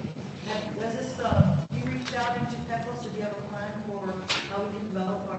Definitely. My third day on the job, so let me figure out what we could do, and I'd love to meet with you and see what we could do. What I want from you is what deliverables would you like? I go to Pecos, I love Pecos, I fish in Pecos. I want to know what you want me to do for your community, because you know what you need. I could bringing in a hatchery, well, you already have one. I could bringing what we think we need in the state, but you know what you need better than I do. So once we meet, you tell me what you want for deliverables. I'll research it. We'll work with EDA money, we'll work with JTEP money, we'll work with state grants and federal funding. I'll research as hard as I can to see what I could do to help you in Pecos. And also along those lines, in Trinidad, they have just finished building the renovation of the old schoolhouse, which includes a commercial kitchen for the valley. I know this other commercial kitchen and this one, is there any cooperation or working together? Absolutely. Gloria and I worked together when they finished that school, and I helped try to get funding to make that happen, because if you ever went to that building before it is the way it is now, it's beautiful. But Gloria's put her heart and soul into that, and yes, we collaborate on the education side of it, and we also have collaborated on the kitchen side of it.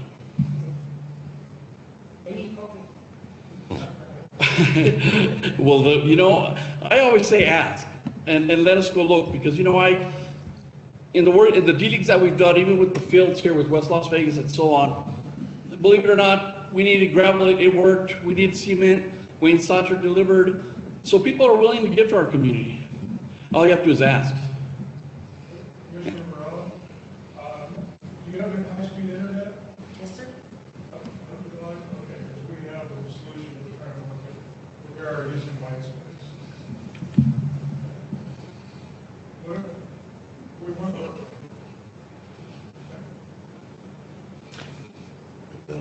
Thank you, Mr. Adams. Thank you very much.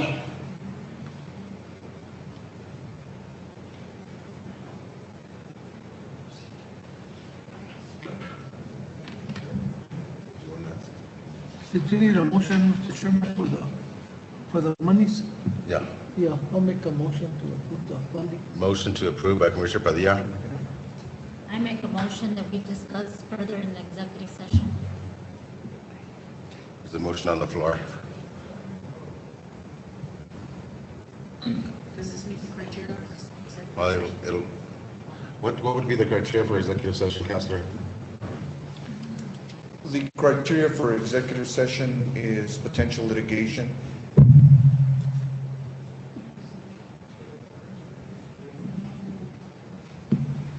And therefore, suggested approach is, since the presentation has been made, these other issues regarding potential litigation pursuant to the Open Meetings Act can be discussed in executive session. Then the board can come back after executive session and handle the matter at that point.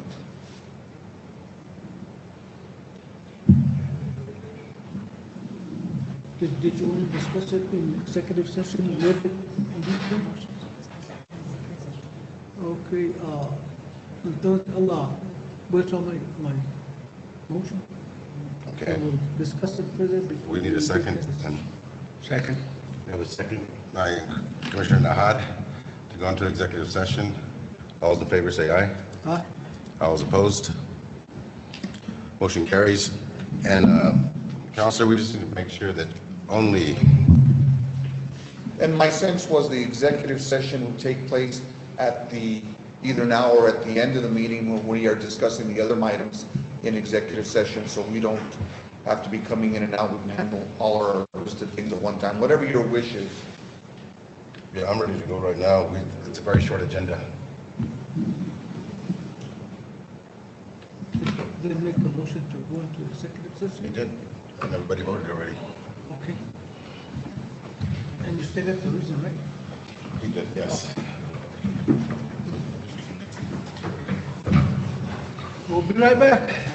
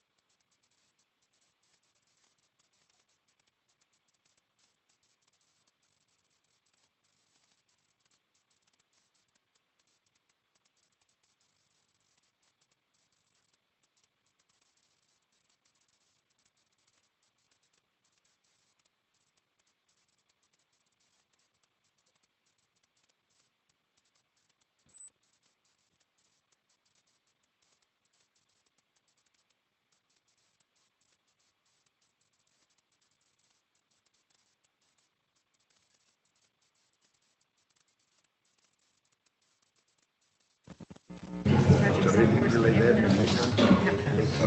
you so much.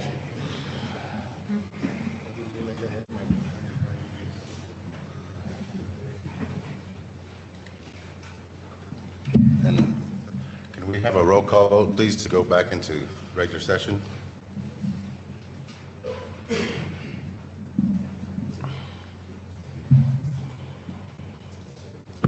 Chairman Rock Coulibaly, Here.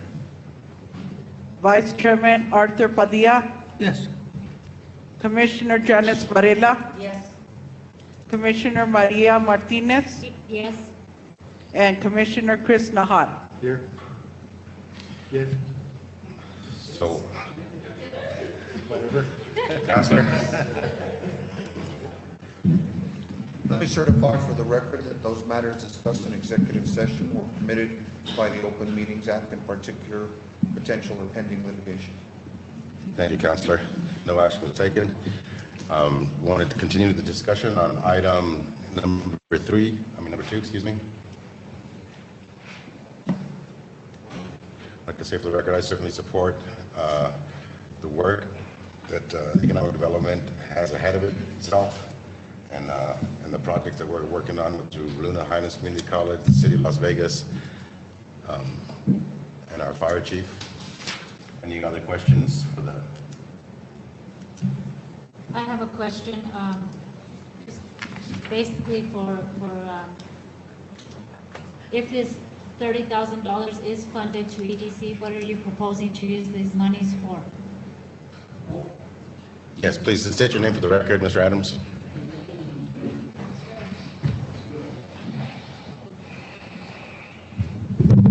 Well, I think part of it is what Commissioner or Chairman Coulibaly asked about, what we're working with the chief on the, hopefully on this first responder training center. Maybe not a lot of it, but maybe on the first initial part of it, we have to do, maybe draw on some plans, whatever we want to give to the legislative, legislation when it comes on in January. So some of the money will be used for that. The other thing is, what I want from you folks, just like I asked from Pecos, is give me some deliverables. Give me what you think we need to make happen here in Vegas, and I'll research it, and let's make it happen. I'm working with Joaquin over there at JC's Pizza to bring in some LIDA money to help him establish what he wants to do with a brewery. That's the money for LIDA is manufacturing, so we have to look at manufacturing. I'm working with Charlie Sandoval to maybe do chili manufacturing here, doing the powdered chili, shipping it out of state. That could be in JTEP money and LIDA money. So those are a few of the projects that are on board that I could hope some of this money can be used for. Also, again, to sustain ourselves. You know, it's a strong board, it's a very good board. And then, as you all know, boards are in commissions. It's a lot of money for the work and effort you do. So I think to keep somebody full-time there at the office, to work on with the Solo Works, work with the projects that I'm working on, people do need to get paid and they need to be compensated. The other thing is, again, give me deliverables, and honest deliverables. You know, give me something that the project that the county wants to see move forward with, and let's work on it. I will always have answers for you. I'll have resolutions, and I'll tell you yay or nay, because there's some things that we can't go for. We're meeting with Ben Ray Lujan real soon about the first responder. We want to use Homeland Fed money so that I won't have to come to the county again next year and say, look, we could finish this, but they want $100 grand of your dollars. Why?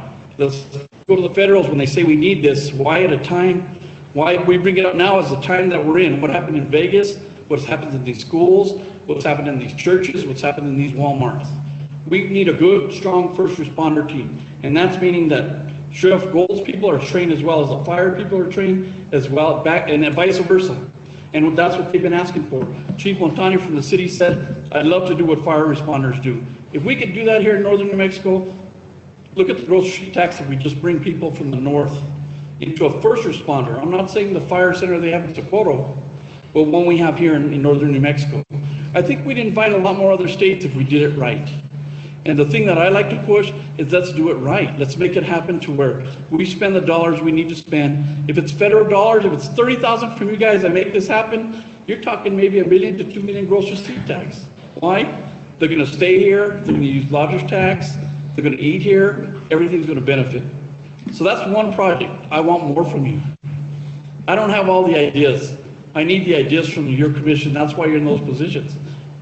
What do we want next? You hear everybody comes up here saying that they need something or they want something. Let's make it happen. Why not be one of the richer counties? You know, LIDA money goes to Bernalillo and Albuquerque. We don't ask. Get me to ask. You know, I've been told no a million times. A million times more won't hurt me.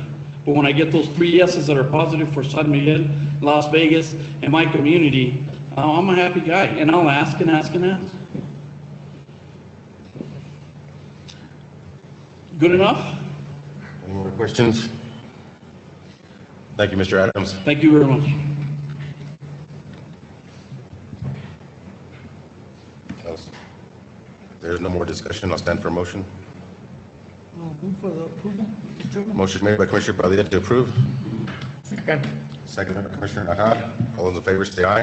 Aye. All those opposed, same sign. Motion carries. Thank you. Item number 3, hemp industry in San Miguel County.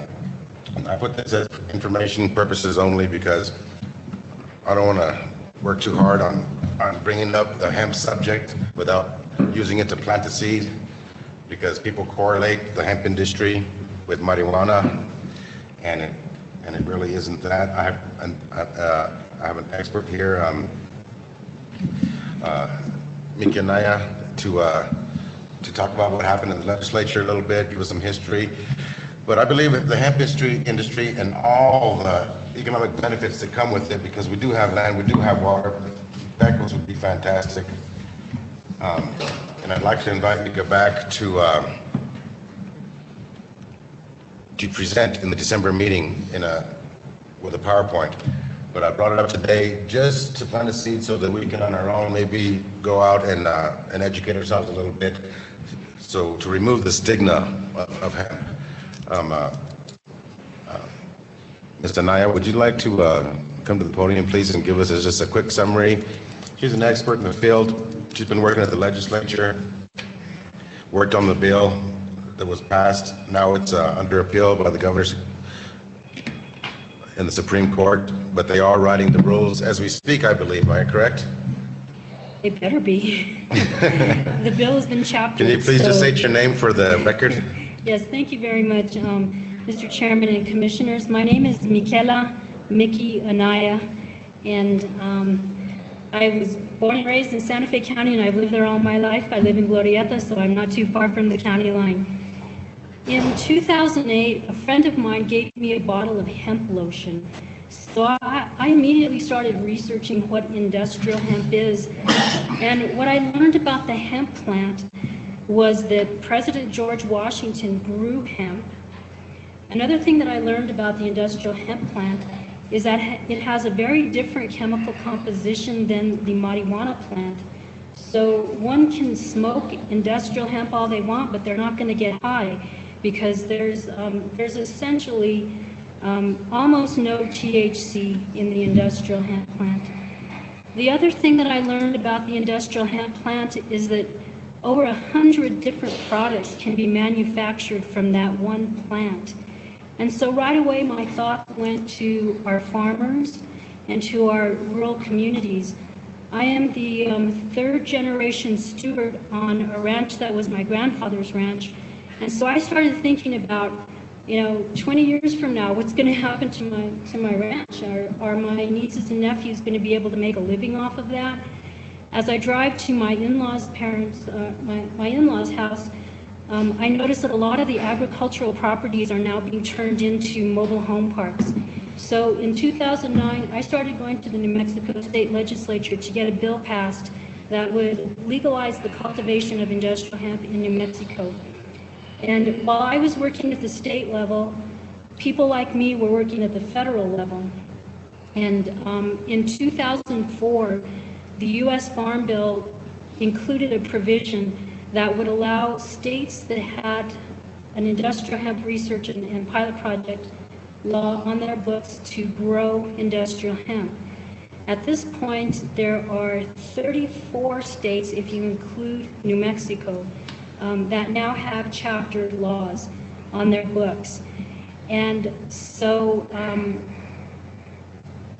basically what's happening is that we had two industrial hemp bills that went through in the 2017 legislative session. Both of them made it to the governor's desk. She vetoed both of the bills. However, our two industrial hemp bills were included in that batch of 10 bills that were vetoed not according to the provisions of the state constitution. So a lawsuit ensued. We went to court, and the district court judge determined that our industrial hemp bills should be law. So because we had two bills and they were both conflicting languages, only one of our bills could actually be chaptered. And so right now, where we stand is that the New Mexico Department of Agriculture, under the language of our industrial hemp bill, they need to be propagating the rules that are going to govern the New Mexico Industrial Hemp Program. Now, the governor has appealed. The New Mexico State Supreme Court has agreed to hear that appeal, and we found out early this week that the Supreme Court will move this as quickly as possible, because they're the other bills are also very connected to different kinds of timelines. So where we stand right now is that, the hemp economy is on the horizon. If New Mexico ends up without an industrial hemp bill, it's quite possible that at the federal level, we will have a bill that will allow us to plant hemp. And so that's kind of like a summary, and I stand for any questions. So this is maybe an opportunity for San Miguel to get up front ahead of the Yes. supply and demand. Absolutely. Can you give us some examples of what industrial hemp, what products come from industrial hemp? Yes, most certainly. Thank you for the question. So as I mentioned, in 2008, I was given a bottle of industrial hemp lotion. Lotion and body care products make up 24% of the money that's generated from the sale of hemp-derived products. And in 2016, the U.S. market valued $688 million worth of hemp-type products. And again, the body care products was the largest category of that. But industrial hemp can be turned into rope. It can be turned into building materials. You can make fabric out of it. One of my favorite products is the hulled hemp seed, which tastes kind of like piñon. So you can make different kinds of foods out of the hemp product. One can also make automobile parts, and plastics. And there's even research happening now on the capacity of industrial hemp to be a superconductor. So it's an amazing plant. And then of course you can make medicine out of it. As I mentioned, the chemical composition of the industrial hemp plant is different than that of the marijuana plant. So what the industrial hemp plant has a lot of is a chemical called CBD, and there's still a lot of research that needs to be done on that, but pharmaceutical grade CBD is quite expensive.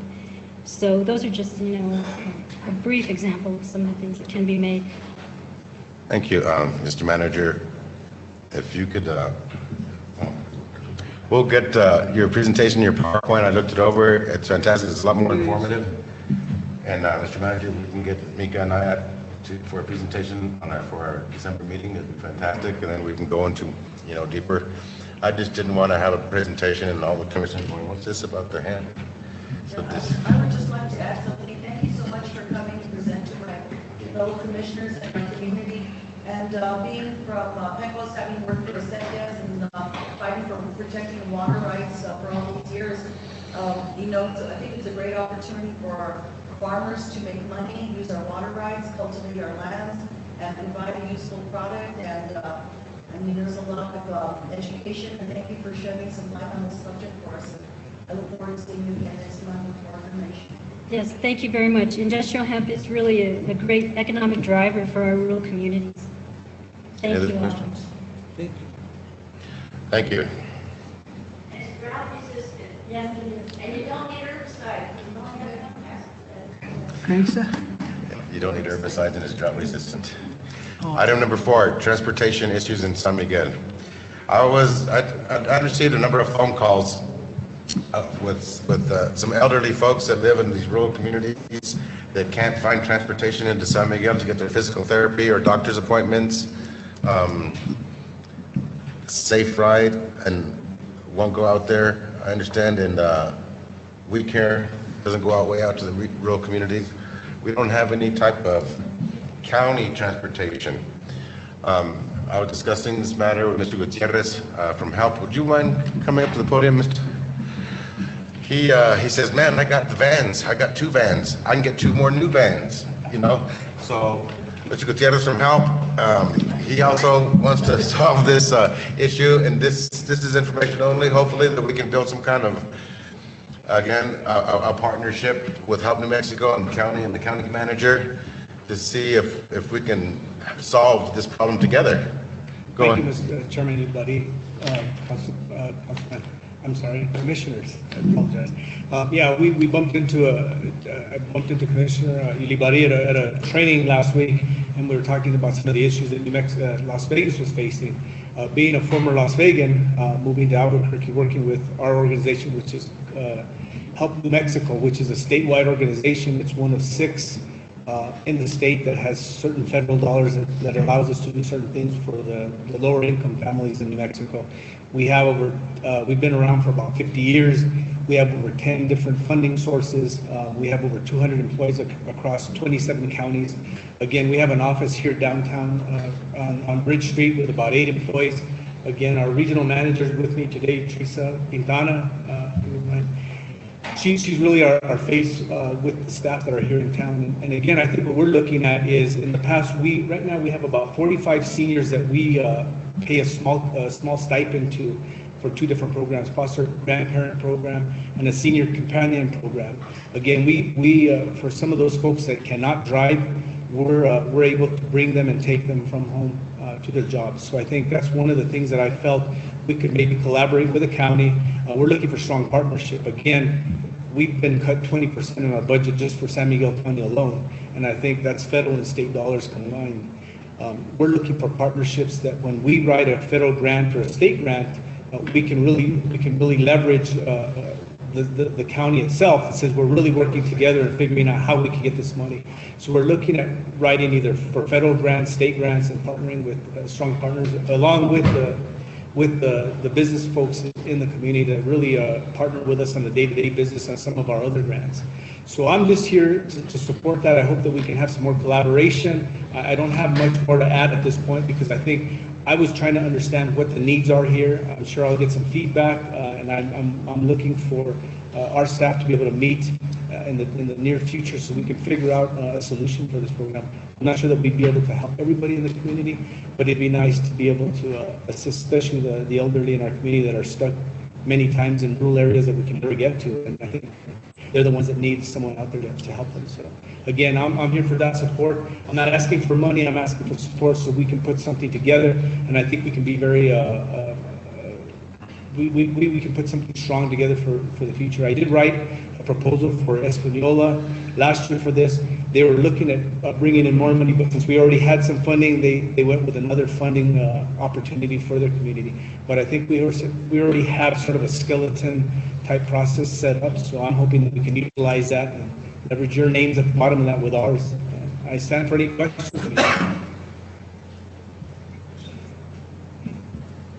Good to see you again, Mr. Gutierrez.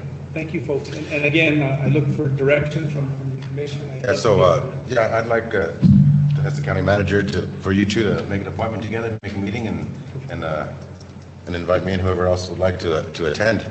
Partnerships are good. It's a lot cheaper for everyone involved, and the funding sources like it when we have partnerships and we collaborate. You know.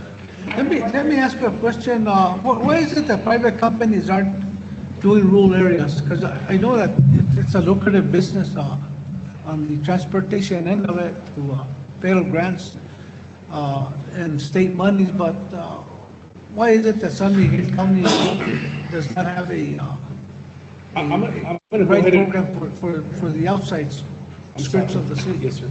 Sorry. Yes, I think one of the things is that I'm gonna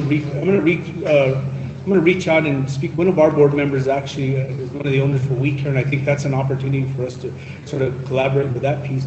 But I think what I've heard in the past is that the wear and tear on the vehicles, on the amount of mileage that they get reimbursed for.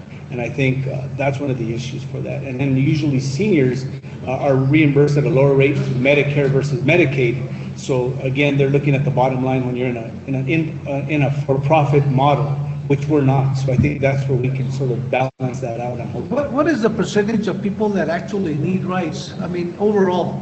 You know that I have some of that information. I wasn't prepared for this meeting to have that because I wasn't sure what direction this meeting was going. I will be able to we did a statewide analysis of some of the issues that are going on within the communities, and there's nothing there that's not that's earth-shattering. I think it's the same thing that we've been talking about. It's drug abuse, it's housing, it's jobs. Those are the three main things that people are looking for.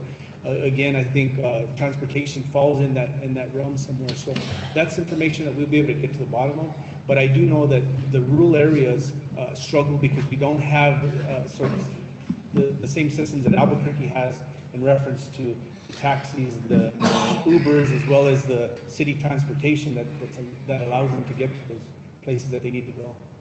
I think we need to do a kind of like a survey or a study to see how many people actually need the rights. And I think maybe we can help with that, so that doesn't have to be money put out by the county or by the city. I think we can probably come up with some information there and help with that. And I think that's usually something that we enter into our proposal so that we have strong statistics in there to show that the need is there from the community. Right. Thank you. Thank you. I know that I have a short list for one of my elderly aunts, my great aunt, that needs, and poor thing, I've been really busy, but I'm on the list. And I said, ¿qué pasó con el bolsito? I thought there was a little bus. They used to pick up the people in both communities and take them to town to go to the doctor's office or buy groceries, and it's been non-existent. So my poor aunt has a list of phone numbers and has to call down that list to find a ride into town, you know? So what we're doing with the transportation we have is we transport our participants to and from their work. But what we're looking at is expanding that funding so that we're able to maybe utilize those vans for other folks, for the need that's in the community. And maybe that's I think where our direction is for the grant funding that we're looking at. Because again, the need's there. And right now, I think we have about 45 to 50 individuals that I'm not sure if we transport all of them, because some of them get per diem to drive back and forth, and they're still able to do that, so we're paying them for that as well. But for those that cannot, we pick them up in the two vans that we currently have. Mr. Chairman, another way we could find out where the needs are is for a senior program. Yeah. Because the senior citizens, they've been delivering food out in the rural areas to needy people. And those people are probably most of the ones that need the transportation. Correct. So we should coordinate with the senior program to see where the needs are. That's something we need to look at too. Chairman Libaria and Commissioner Padilla, yes, sir. I do know that Teresa's involved with a couple of collaborative groups here in town to make sure that we are involved with some of those programs. And then we do have an ongoing board with those programs that give us feedback. So again, we're looking for input from that area as well. So that's information that we'll take back with us. So thank you for that. Thank you. Thank you so much. Any more questions? I'd just like to say thank you for the foster grandparents that you have. Thank you. Yeah, thank you for all you do. Thank you, guys. And help. Appreciate that. Thank you. And thank you for attending today. Appreciate it. Number 5, town hall meeting. So when the commission took action to allow me to look into the possibility of a county hospital, we've had 2 pretty successful meetings with healthcare workers and doctors and at Highlands University. This particular meeting is just going to capture the voice of the people, just so they can testify on the record their experiences, whatever that experience might be. Fantastic experience, a poor experience, that experience with the hospitalization here. I did find out through all of the research that we San Miguel Alta Vista has the highest hospitalization rate in the state of New Mexico. And there's other things that I've been comparing to other hospitals. I've been looking at the Presbyterian Hospital, the county hospital in Sandoval County, and in Española, the contracts that the county has with them, and the type of accountability they have with them, even though it's still a private company, but contracted with the county. And this is probably one of the last steps, and then I'll bring it back to the commission. And I'm working with some other individuals in the county, the Health Council and Pat Lehan and stuff, to bring some data together so we can all present this to the rest of the commissioners to see what the outcomes were. But this particular forum on Friday at 5 o'clock will be just to collect the voice of the people on the record. And if any more than 2 want to attend, the manager will just post it as a meeting, even though there'll be no action. And all of you are welcome to attend and just listen to our constituents and their experiences with healthcare here in San Miguel County. We put it on optic and radios on the website. There's the flyer here. Events on Facebook. Social media. I haven't printed out any flyers. Oh, Diego, can you print me out some flyers so I can get them out there? Okay. Well, I'm glad you reminded me. I'm glad you reminded me I didn't print out the flyer. Are we gonna do, Mr. Chairman, are we gonna do information on bad experiences or good experiences? Oh, whatever your experiences. Whatever your experiences. So I'm just wondering if there's gonna be a criteria for it. No, just a summary of your experiences with healthcare here in San Miguel County. I don't want it to lean or either way. We need to gather all the information. Both ways. Both ways, yes, sir. Okay. Any other questions? No. Mr. Vice Chairman, Commissioner Padilla, would you mind taking over on item number 6 for me, please? No problem. At this time, we're going to item number 6, Las Vegas night at the legislature. Ms. Yolanda Cruz, San Miguel County DWI coordinator and now legislative coordinator. Yes, I was voluntold to attend these meetings on behalf of the county. So I just wanted to give you an update.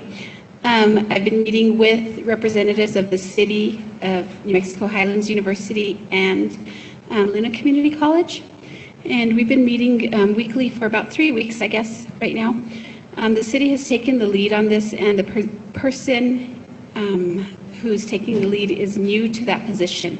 So she kind of jumped in with the plans already preliminarily made. It is set for February 8th at the La Fonda in Santa Fe. So with that, the original budget that that was done by the previous person in that position was $40,000, which is a lot of money, and I think that there was a lot of concern by by the various partners there that, that's a lot of money to put into that. Each partner was asked to raise $10,000.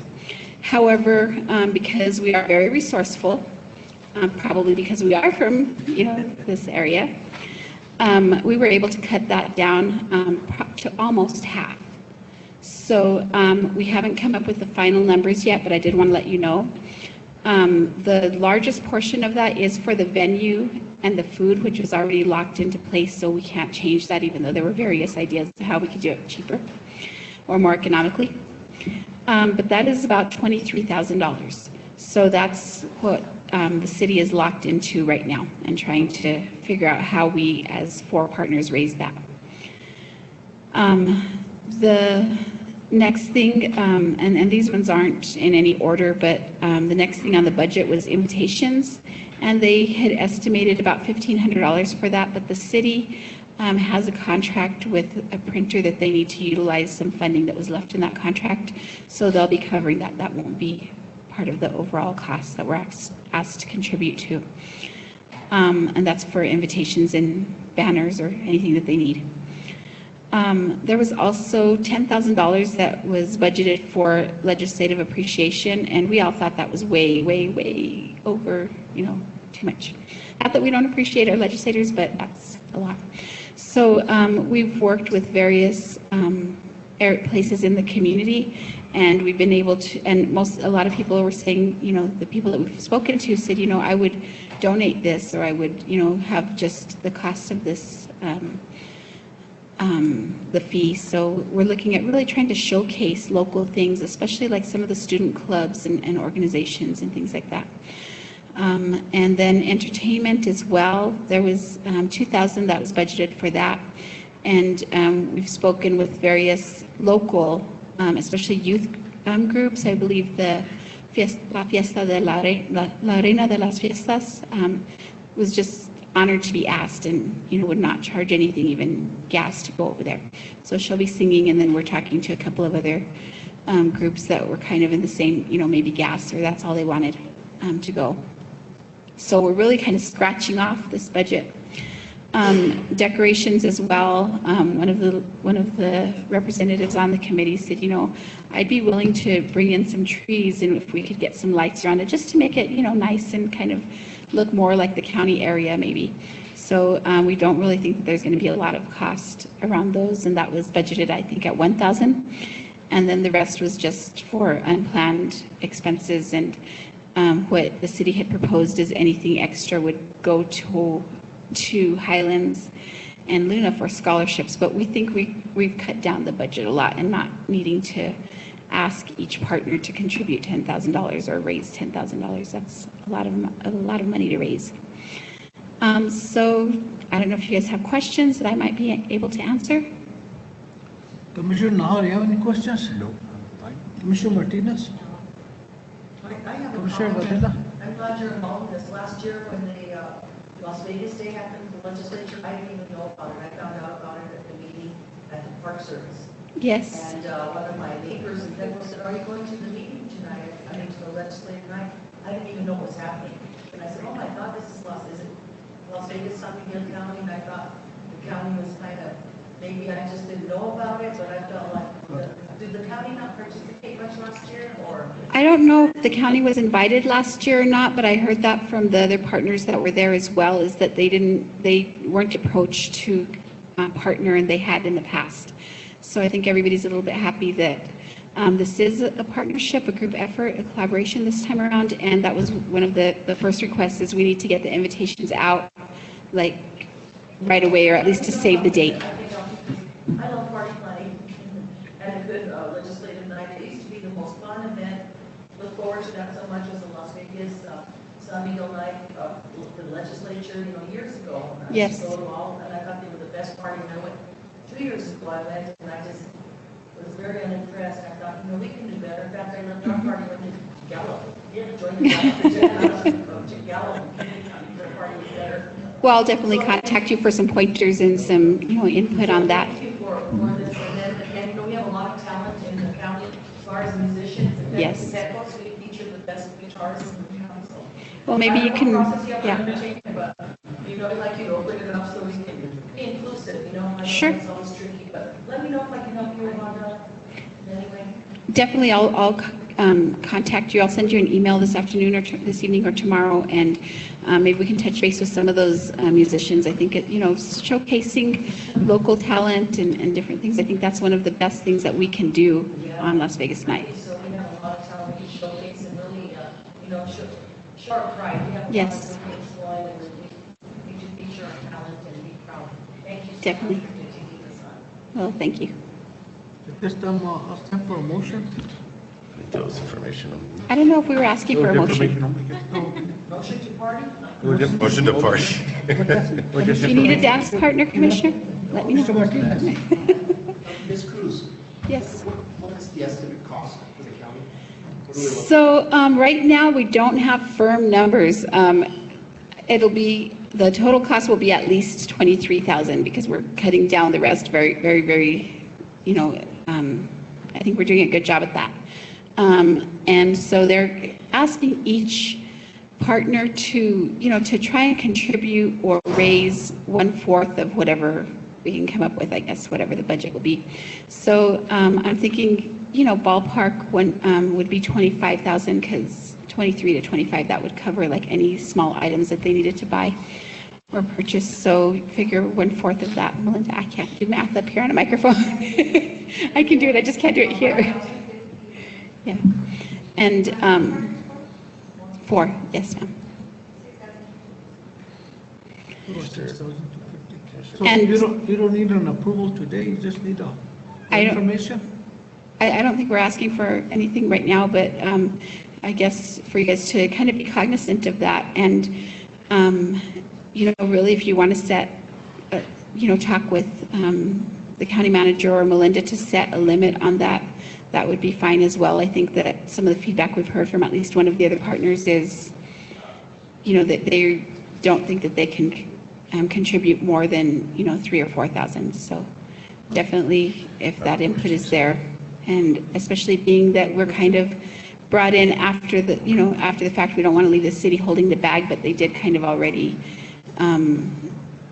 get into that contract and put a deposit for the La Fonda. So, I mean, we can either say, yes, we'll be all in with you on that, or you made the contract, you hold the bag if we don't approve that amount. Mr. Vice Chairman. Yes, and traditionally, we just send letters out to vendors and stuff and raise the money that way. It won't come out of our general fund. Am I correct? Have we reached out to vendors to? That has find been the a sponsors? suggestion of one way to do that, and there's also been some concerns that that might be maybe not the best way to have a relationship with our vendors. So I guess it just depends on Why what. is that? Why is that concern? So the concern that was brought up was that, let me see if I can word this correctly, especially, but I think just that that they would be kind of paying for something that, and getting, and having a contract. Like a quid pro quo kind of, yeah. appearance? So appearance of, yes. Not that they would have that relationship, but just the appearance of that, I think, would be the questionable concern that was brought up. Melinda?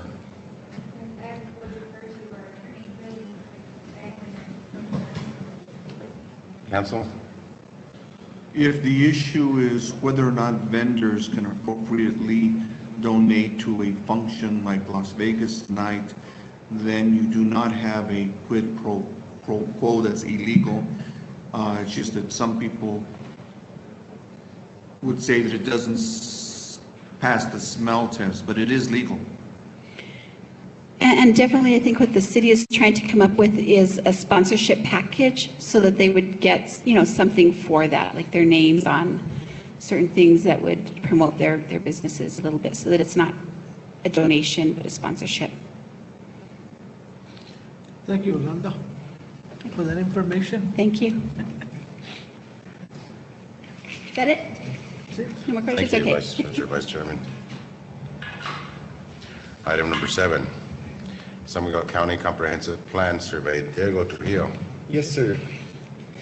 Commissioner, Dr. Martinez, Commissioners, San Miguel County and ARC Planning deployed an electronic survey via the county website on August 24th to compile information to assist county staff and the county commission in better understanding the options, ideas, needs, and concerns of residents within the 11 San Miguel County sub-areas.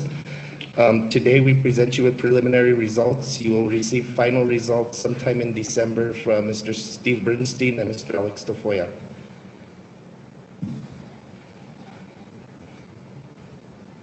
That'll give you a general idea of the desires of the residents from within each sub-area, sorted in a descending order. Did all the commissioners get a chance to attend one of their meetings? Any chance? No. I didn't have any in my district, but It was very constructive. Very constructive. I found there was not a lot of ideas about the plan, but just a lot of talk about roads. Yes. Yes. And you'll get more detail on that from Mr. Bernstein. As I mentioned, this is just preliminary information off of the survey. You'll receive final results in about a month. Okay, yeah. And when are we going to have a meeting to think it's over. I think it's over. Dr. Martinez said he was very happy with the input that we received and is considering additional meetings with the sub-areas as needed. But he can elaborate on that. Mr. Manager, you want to speak to that? Yes, Mr. Trujillo, do they have on their laptops the data? The survey? I'm not too sure if Samantha attached that. I did send her a copy. We have a survey. Has some information there. And it should be a common, I have it in my approximately email. 11 I have it in different my email, not on the. bar graphs. Yes. If not, we can email those to the commission. Will do. Any more questions for Mr. Trujillo? No. Thank you, sir. Thank you. Thank you. Item number 8, on-site fire department apparatus maintenance and repair, Chief Montaño.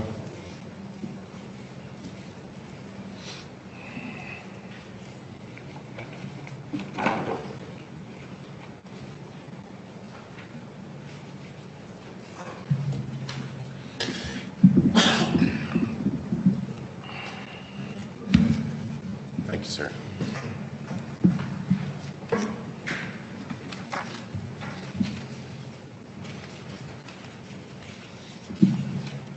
Good afternoon, Mr. Chairman, all members of the commission.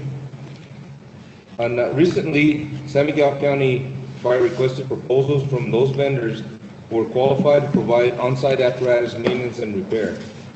3 proposals were received, opened, and evaluated. All 3 vendors met or exceeded minimum requested requirements, and at this time, authorization is being requested to contract with these 3 vendors who provided these proposals. Those being Emergency Maintenance Services, MJM Service and Repair, and New Mexico Apparatus.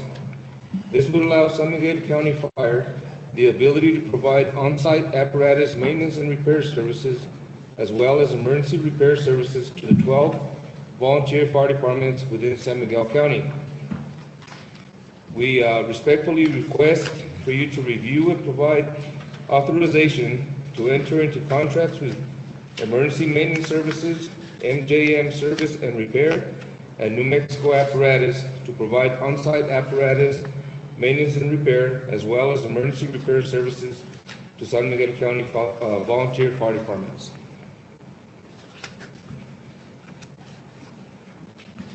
Any questions from the Chief? Motion to approve? Motion to approve by Commissioner Nahar. Seconded by Commissioner Martinez. All those in favor say aye. Aye. All those opposed? Motion carries. Thank you, Chief. Thank you, sir. Item number 9, again, Chief Montaño. Thank you, Mr. Chairman, members of the commission. On September 28th of 2017, San Miguel County Fire was notified by Mr. Eugene Pino from State Forestry that a 2008 Ford F-550 Type 6 engine, which you can see up in the picture up here, would be transferred to Illfield Volunteer Fire Department. San Miguel County Fire Chief Montaño and Illfield Volunteer Department Chief Ken Erringdale traveled to Springerville, Arizona for the purpose of picking up the vehicle. Permission was granted and the truck was picked up on October 4th. And this is for informational purposes only. So you can see the brush truck that we got free from State Forestry for the volunteer fire departments. Is that fully equipped? No, sir. No, it's just That's the the truck. truck itself? Yeah, but the truck that we took out of service was a 1978 brush truck. So we So had this all will the be equipment to just put it on this truck here. This is a 2008. It has about 44,000 miles and it's valued at about $108,000. Good job. Yeah, every time I turn around 2 fire trucks, this thing, you're standing in line, you're getting it done. You gotta take care of the departments and the citizens of San Miguel County. I have a question. When you have a fire truck, like it's a place for the Illfield Fire Department, do they have to have a structure like a garage or something to keep that in? That's correct. Yes, they do. Yes. Okay. And I know that you've been in touch with the residents of San Miguel, they're hoping to acquire a fire truck for that community. Yes. I've been talking with them, and I need a little bit more commitment from them as well. It takes a lot to get a fire department started. I've also had members from citizens from Tecolotito area that want to build a fire station out there. And I've responded already to 2 structure fires out there. By the time we get out there, it takes us about half an hour to get out there. And, there's not much left to save. So the citizens are willing to donate some property, and we're in the process of looking into that, maybe building a fire station out there as well. Oh, thank you. Most definitely. So, yeah, right now we're building the fire station up in Rome Mesa, and then we also lease that property over at Lisboa Springs for the Pecos Canyon. They're going to be building the fire station out there as well. So, you bet. Yep. So, thank you very much. All right. Thank you, Chief. Reorganization. What? Hold on. Yep. Item number 10, reorganization chart.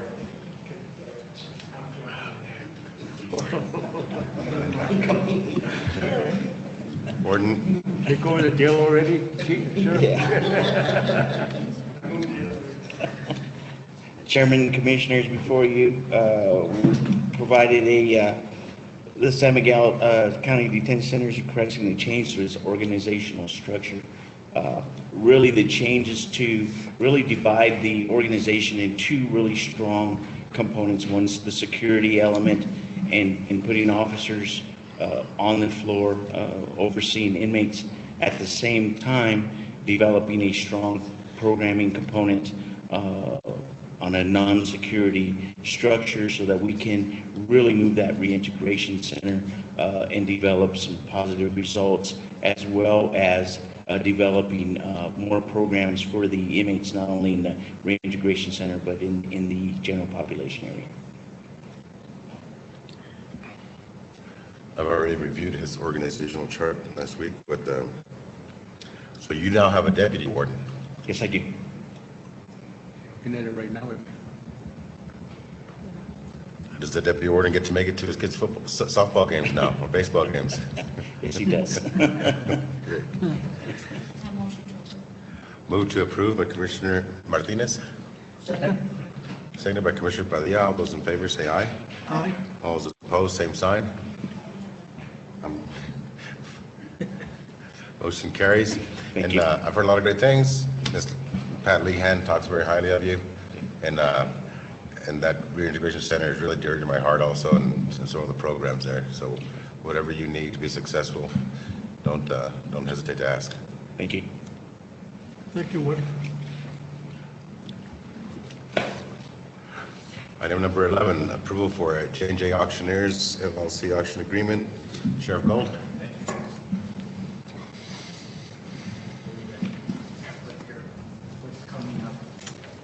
Thank you, sir.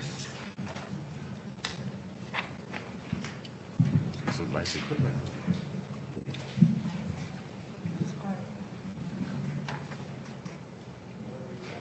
Get some nice one. Look at the truck too. Oh.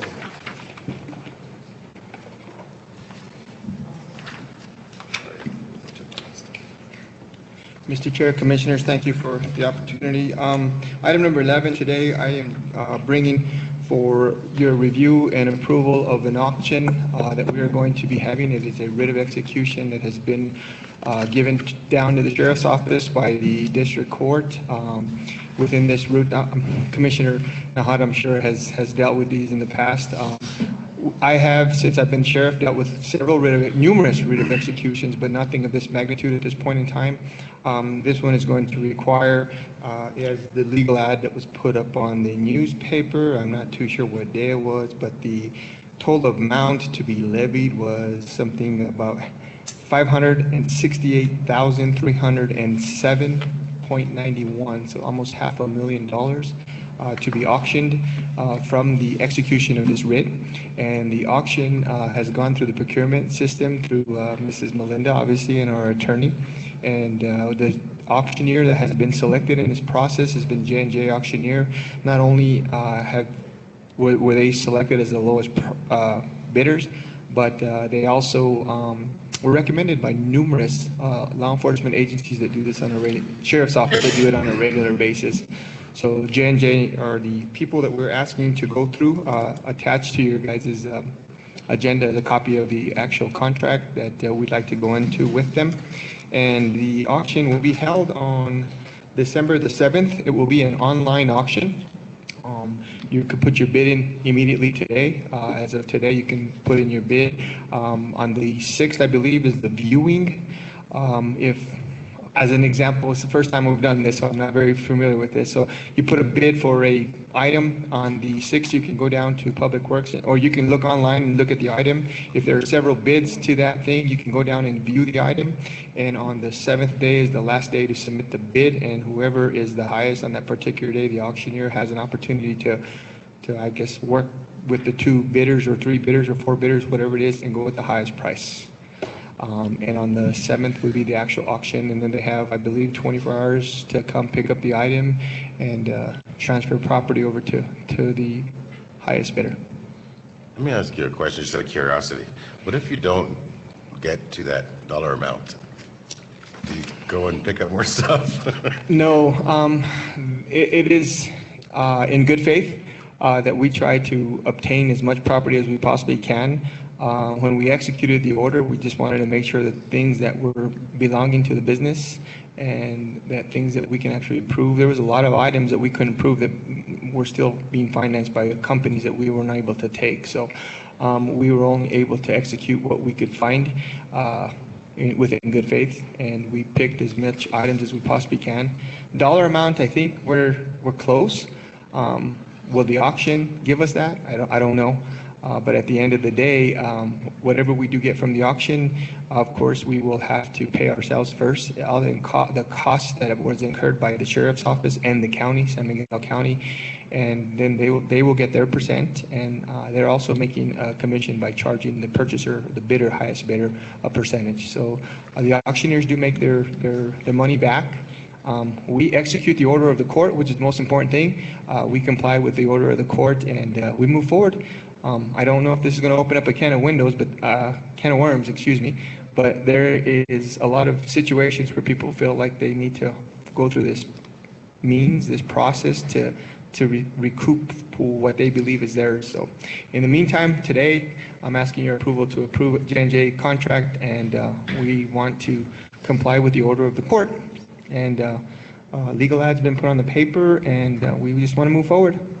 Hopefully put this one behind us and get ready for the next one, I guess. Thank you, Sheriff. How often does this occur, this kind of auction? We've had writs, but they were at smaller scales. This is a bigger magnitude scale. Bernalillo County, Santa Fe County, they do these, I want to say 4 times a year, but that's a big place, so it's pretty rare. I think it's unusual. I don't know if Commissioner Hott ever did it during his 8-year tenure. Did you ever do one of these, Commissioner? A writ of execution? No, see, so they're not, it's not a regular thing. It's an order that is, it's been a while. So just for clarification, I know you explained this, so you don't excuse my question, but this is from material, these are items that have been seized during the raid or criminal activity? Court order. It's a court order. It's a civil case, and they've been ordered by the court, and the order was given as per 39, I forget the state statute. It's a levy. It's a court order that's issued to the sheriff of the county, and his responsibility is to execute the order, which is to seize property of a certain dollar amount. They're all different. In this particular case, it's almost $500,000, and we're to seize that property, auction it off, and give it back to the court. Obviously, give it back to the respondent, the complainant. So then assuming the county can make money on this, or no? No. County can make money on this? No, we're just executing the order of the court and assisting the residents of San Miguel County. It's not a money-making thing for the county in any way. No. I wish, but no. Ironically enough, Sheriff, this is the company that fixes the sheriff's department. Wow, well, I didn't know that. Out of Springer? I believe they're out of Springer. They just did a big one in Raton. I think the Raton sheriff went through a big hassle trying to get it done. So this has been a very long process for my office. Learning experience. I did not run for sheriff to be an auctioneer, but it's part of the job. It's part of the job, and I'm learning that. I didn't do that as a chief of police, never did that in state police as an investigator, but I'm sure learning the process right now. It's pretty. It's not going to be a cost to the county, right? No. Well, right now we've incurred some costs during this process. Attorney fees, employee fees, office deputy fees, storage fees, legal fees, legal ad fees. There's been a lot of costs that we've incurred, so we will pay ourselves back with those costs. Yes. Motion to approve by Commissioner Martinez, seconded by Commissioner Padilla. All those in favor say aye. Aye. All those opposed, same sign. Motion carries. Item number 12, Public Works Division report of the month of October 2017. Mr. Lopez. Thank you.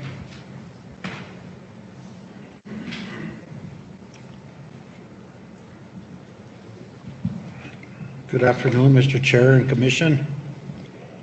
Arnold Lopez here with Public Works monthly report for the month of October. For the month of October, we've still been addressing erosion concerns throughout the county. We're still trying to catch up with all the severe rains we had and all the damage that occurred. And we've had our motor grader operator, Peter Vigil, operates grader number 1. We spent a lot of time in the Gonzales Ranch area into Leyva.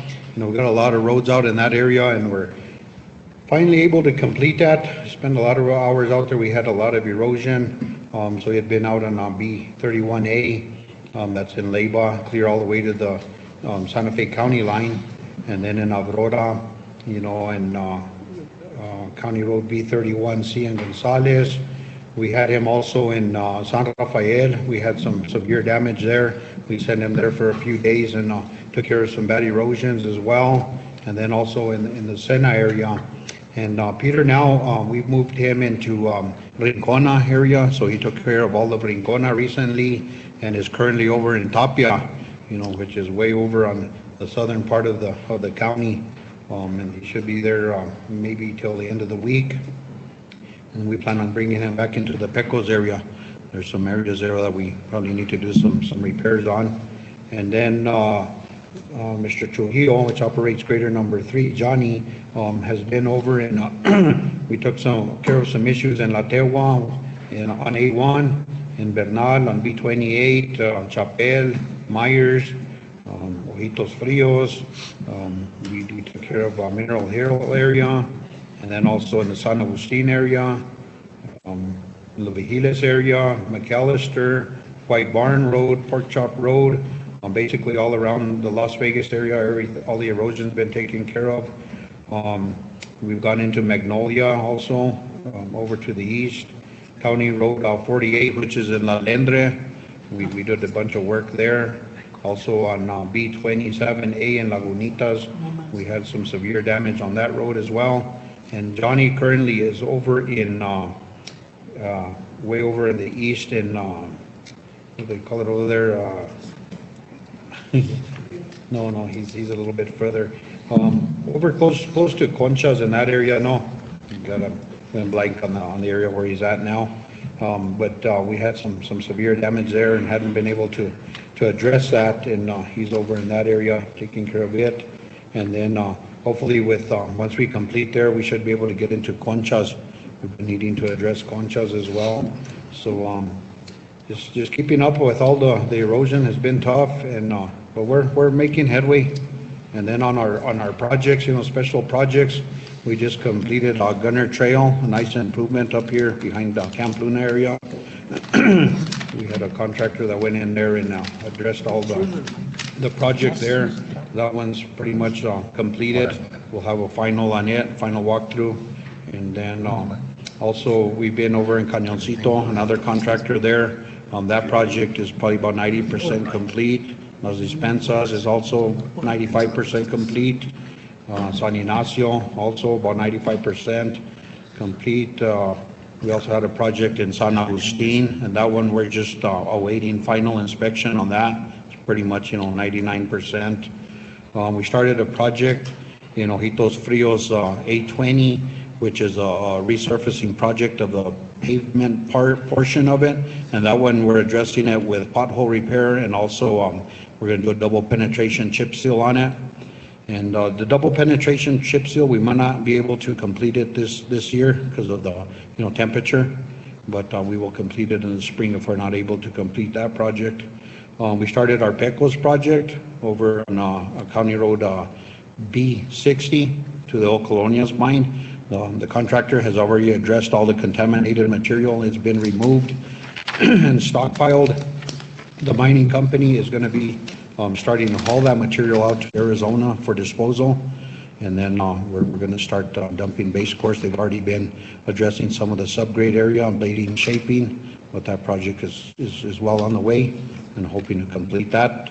We won't be able to do the chip seal on that road, this winter, but we'll go back and complete that project as far as the chip seal in the spring as well. So we're moving pretty good with all our projects, and if weather keeps cooperating like it's been, we'll be able to continue. We had our the projects basically awarded up in Gainas for the pothole repair in that area, but the contractor withdrew from that project. That contractor has undergone some medical issues, so he withdrew from that project. But we have another contractor possibly. We're reviewing to see if we can use a state price agreement on that project, and possibly, hopefully, we could contract with another contractor and address that before it gets too cold. That's with our fingers crossed. We hope to be able to address that up in Maybe there. you guys can just put some fill in those holes. Yeah, if not, If we have to wait till next winter, then we should do something. Yeah, exactly, and that's the plan. If it doesn't get addressed by the contractor in this project, we ourselves will go in there and fill the potholes. Either way, they will get addressed. But that's pretty much it. No, and actually, Johnny Trujillo is over in the Sabinoso area. Finally came up with the area. And I thank you for that, and for the rest of the commission for your district. The Sabinoso Wilderness was opened up on Friday. There were hikers there on the first day of its opening. The county was already ahead of the game, did the road and the parking lot already. So thank you for that, Mr. Lopez. You're welcome. But other than that, that's what we did. Sure, you're welcome. No requests, nothing. We're doing good. I wake up call this morning, got a good morning. Oh. About B60, that they thought they were replacing culverts, and the culverts haven't, but it's still in process, right? Yeah, it's just starting. Culverts are getting placed and replaced, and yes. And then there's some drainage that needs to occur, and Oh, yeah. something's done, and then something about a fence on a property. It was early. Well, as far as fencing, no, that's a little bit beyond our scope of work. We do not do fencing. Yeah, it seems like but it's a legal thing, like a private individual put up a fence on what used to be outlet on Forest Road in case, I didn't even know about that, but anyway, so thank you for responding, they bugged me, then I'll turn around and bug you. Yeah, no problem. That's the way it works. Exactly. No problem. Anytime. You're welcome. Text him. Anything more? Ahí dice no Santiago. Thank you, Arnold. Item number 13, recommendation to ratify hiring. Eileen, Cedillo, please.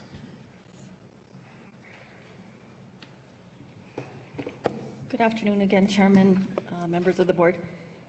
We have a new hire in the detention center, Miss Jasmine Apache, and her effective date of hire was October 16th, and I'm requesting the approval to ratify her hiring action. Motion to approve by Commissioner Martinez, seconded by Commissioner Nahad. All those in favor say aye. Aye. All those opposed, same sign. Motion carries. Item number 14, personnel changes from the month of October. Eileen again. The second thing I have is the approval to ratify the personnel actions or the changes that have taken place during the month of October 2017. Motion to approve, Commissioner Nahad, seconded by Commissioner Varela. All those in favor say aye. Aye. All those opposed, same sign. Motion carries. Thank you. You so much. We have a Board of Finance meeting.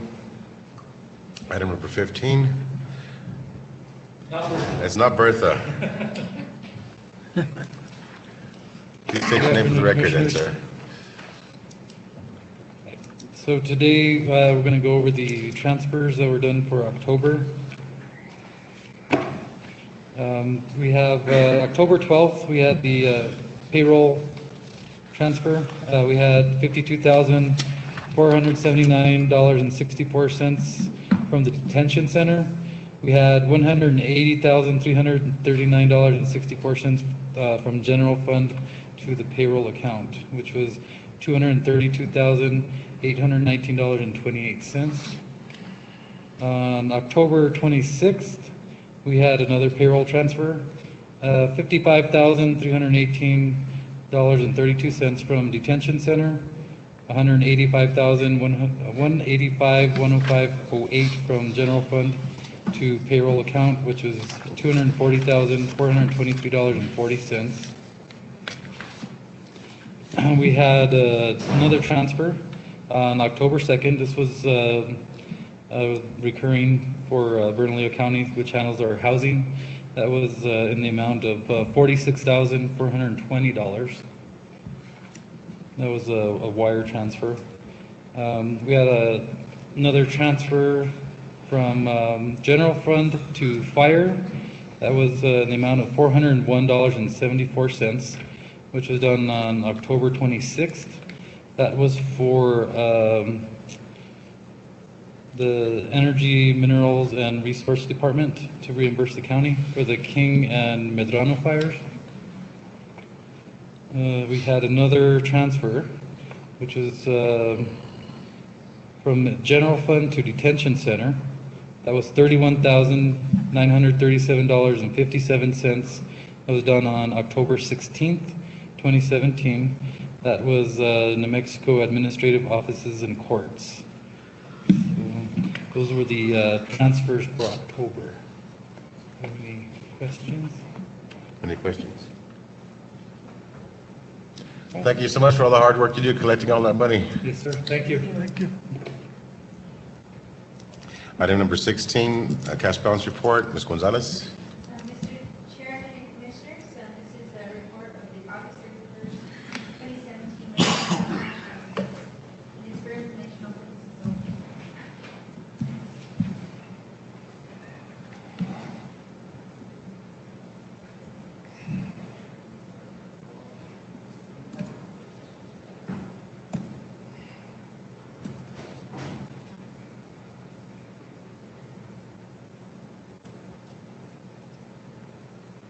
Any questions for Ms. Gonzalez?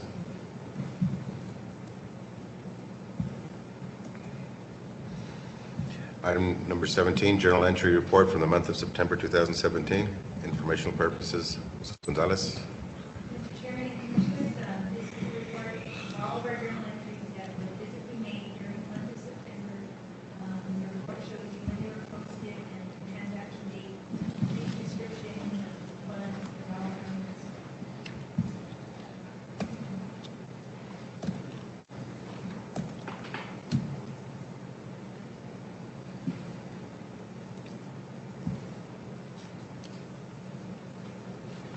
Any questions? Thank you, Ms. Gonzalez. Item number 18, receipt report from the month of September. Ms. Gonzalez. Mr. Chairman and Commissioners, this is a report off of our Tyler system of all receipts that were processed through the Treasurer's Office and for our solid waste building as well.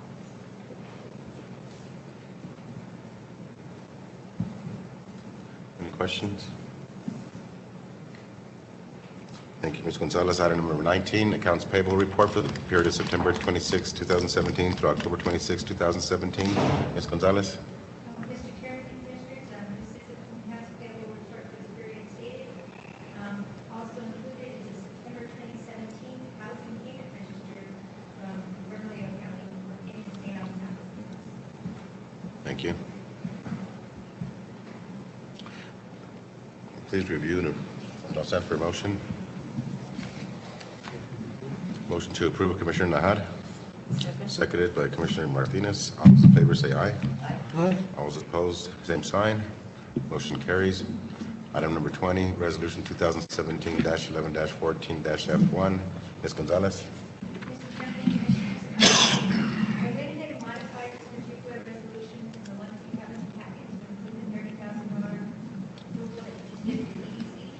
And our Department of Finance and Administration will need that to, so I did modify it.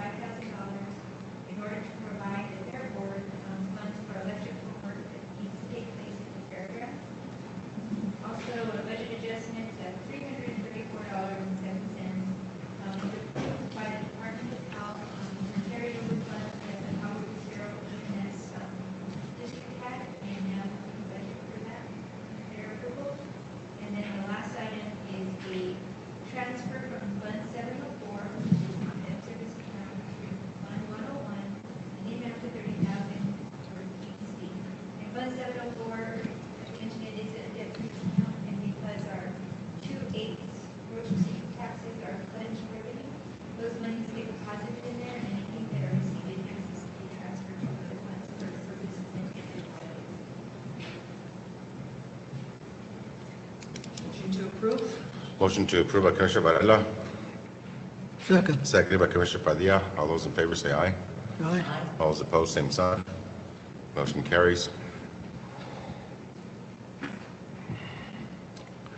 Item number 21, closed executive session. Mr. Manager, is there any reason to go into executive session today? Yes, sir. There are limited personnel matters as permitted by NMSA 1978, Section 10-15-1, H2 as amended, and the Open Meetings Act, more specifically, personnel matters regarding specific county departments, Kansas City County and Buildings and Public Works.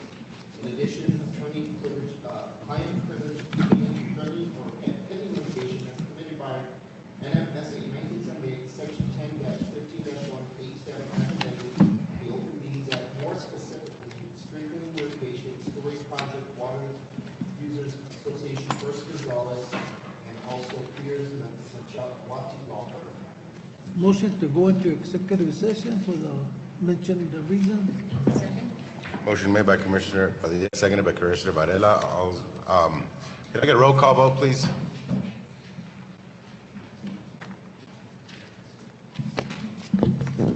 Chairman Rock Coulibaly, Yes. Vice Chairman Arthur Padilla, Yes. Commissioner Janice Varela, Yes. Commissioner Maria Martinez, Yes. and Commissioner Chris Nahat. Yes.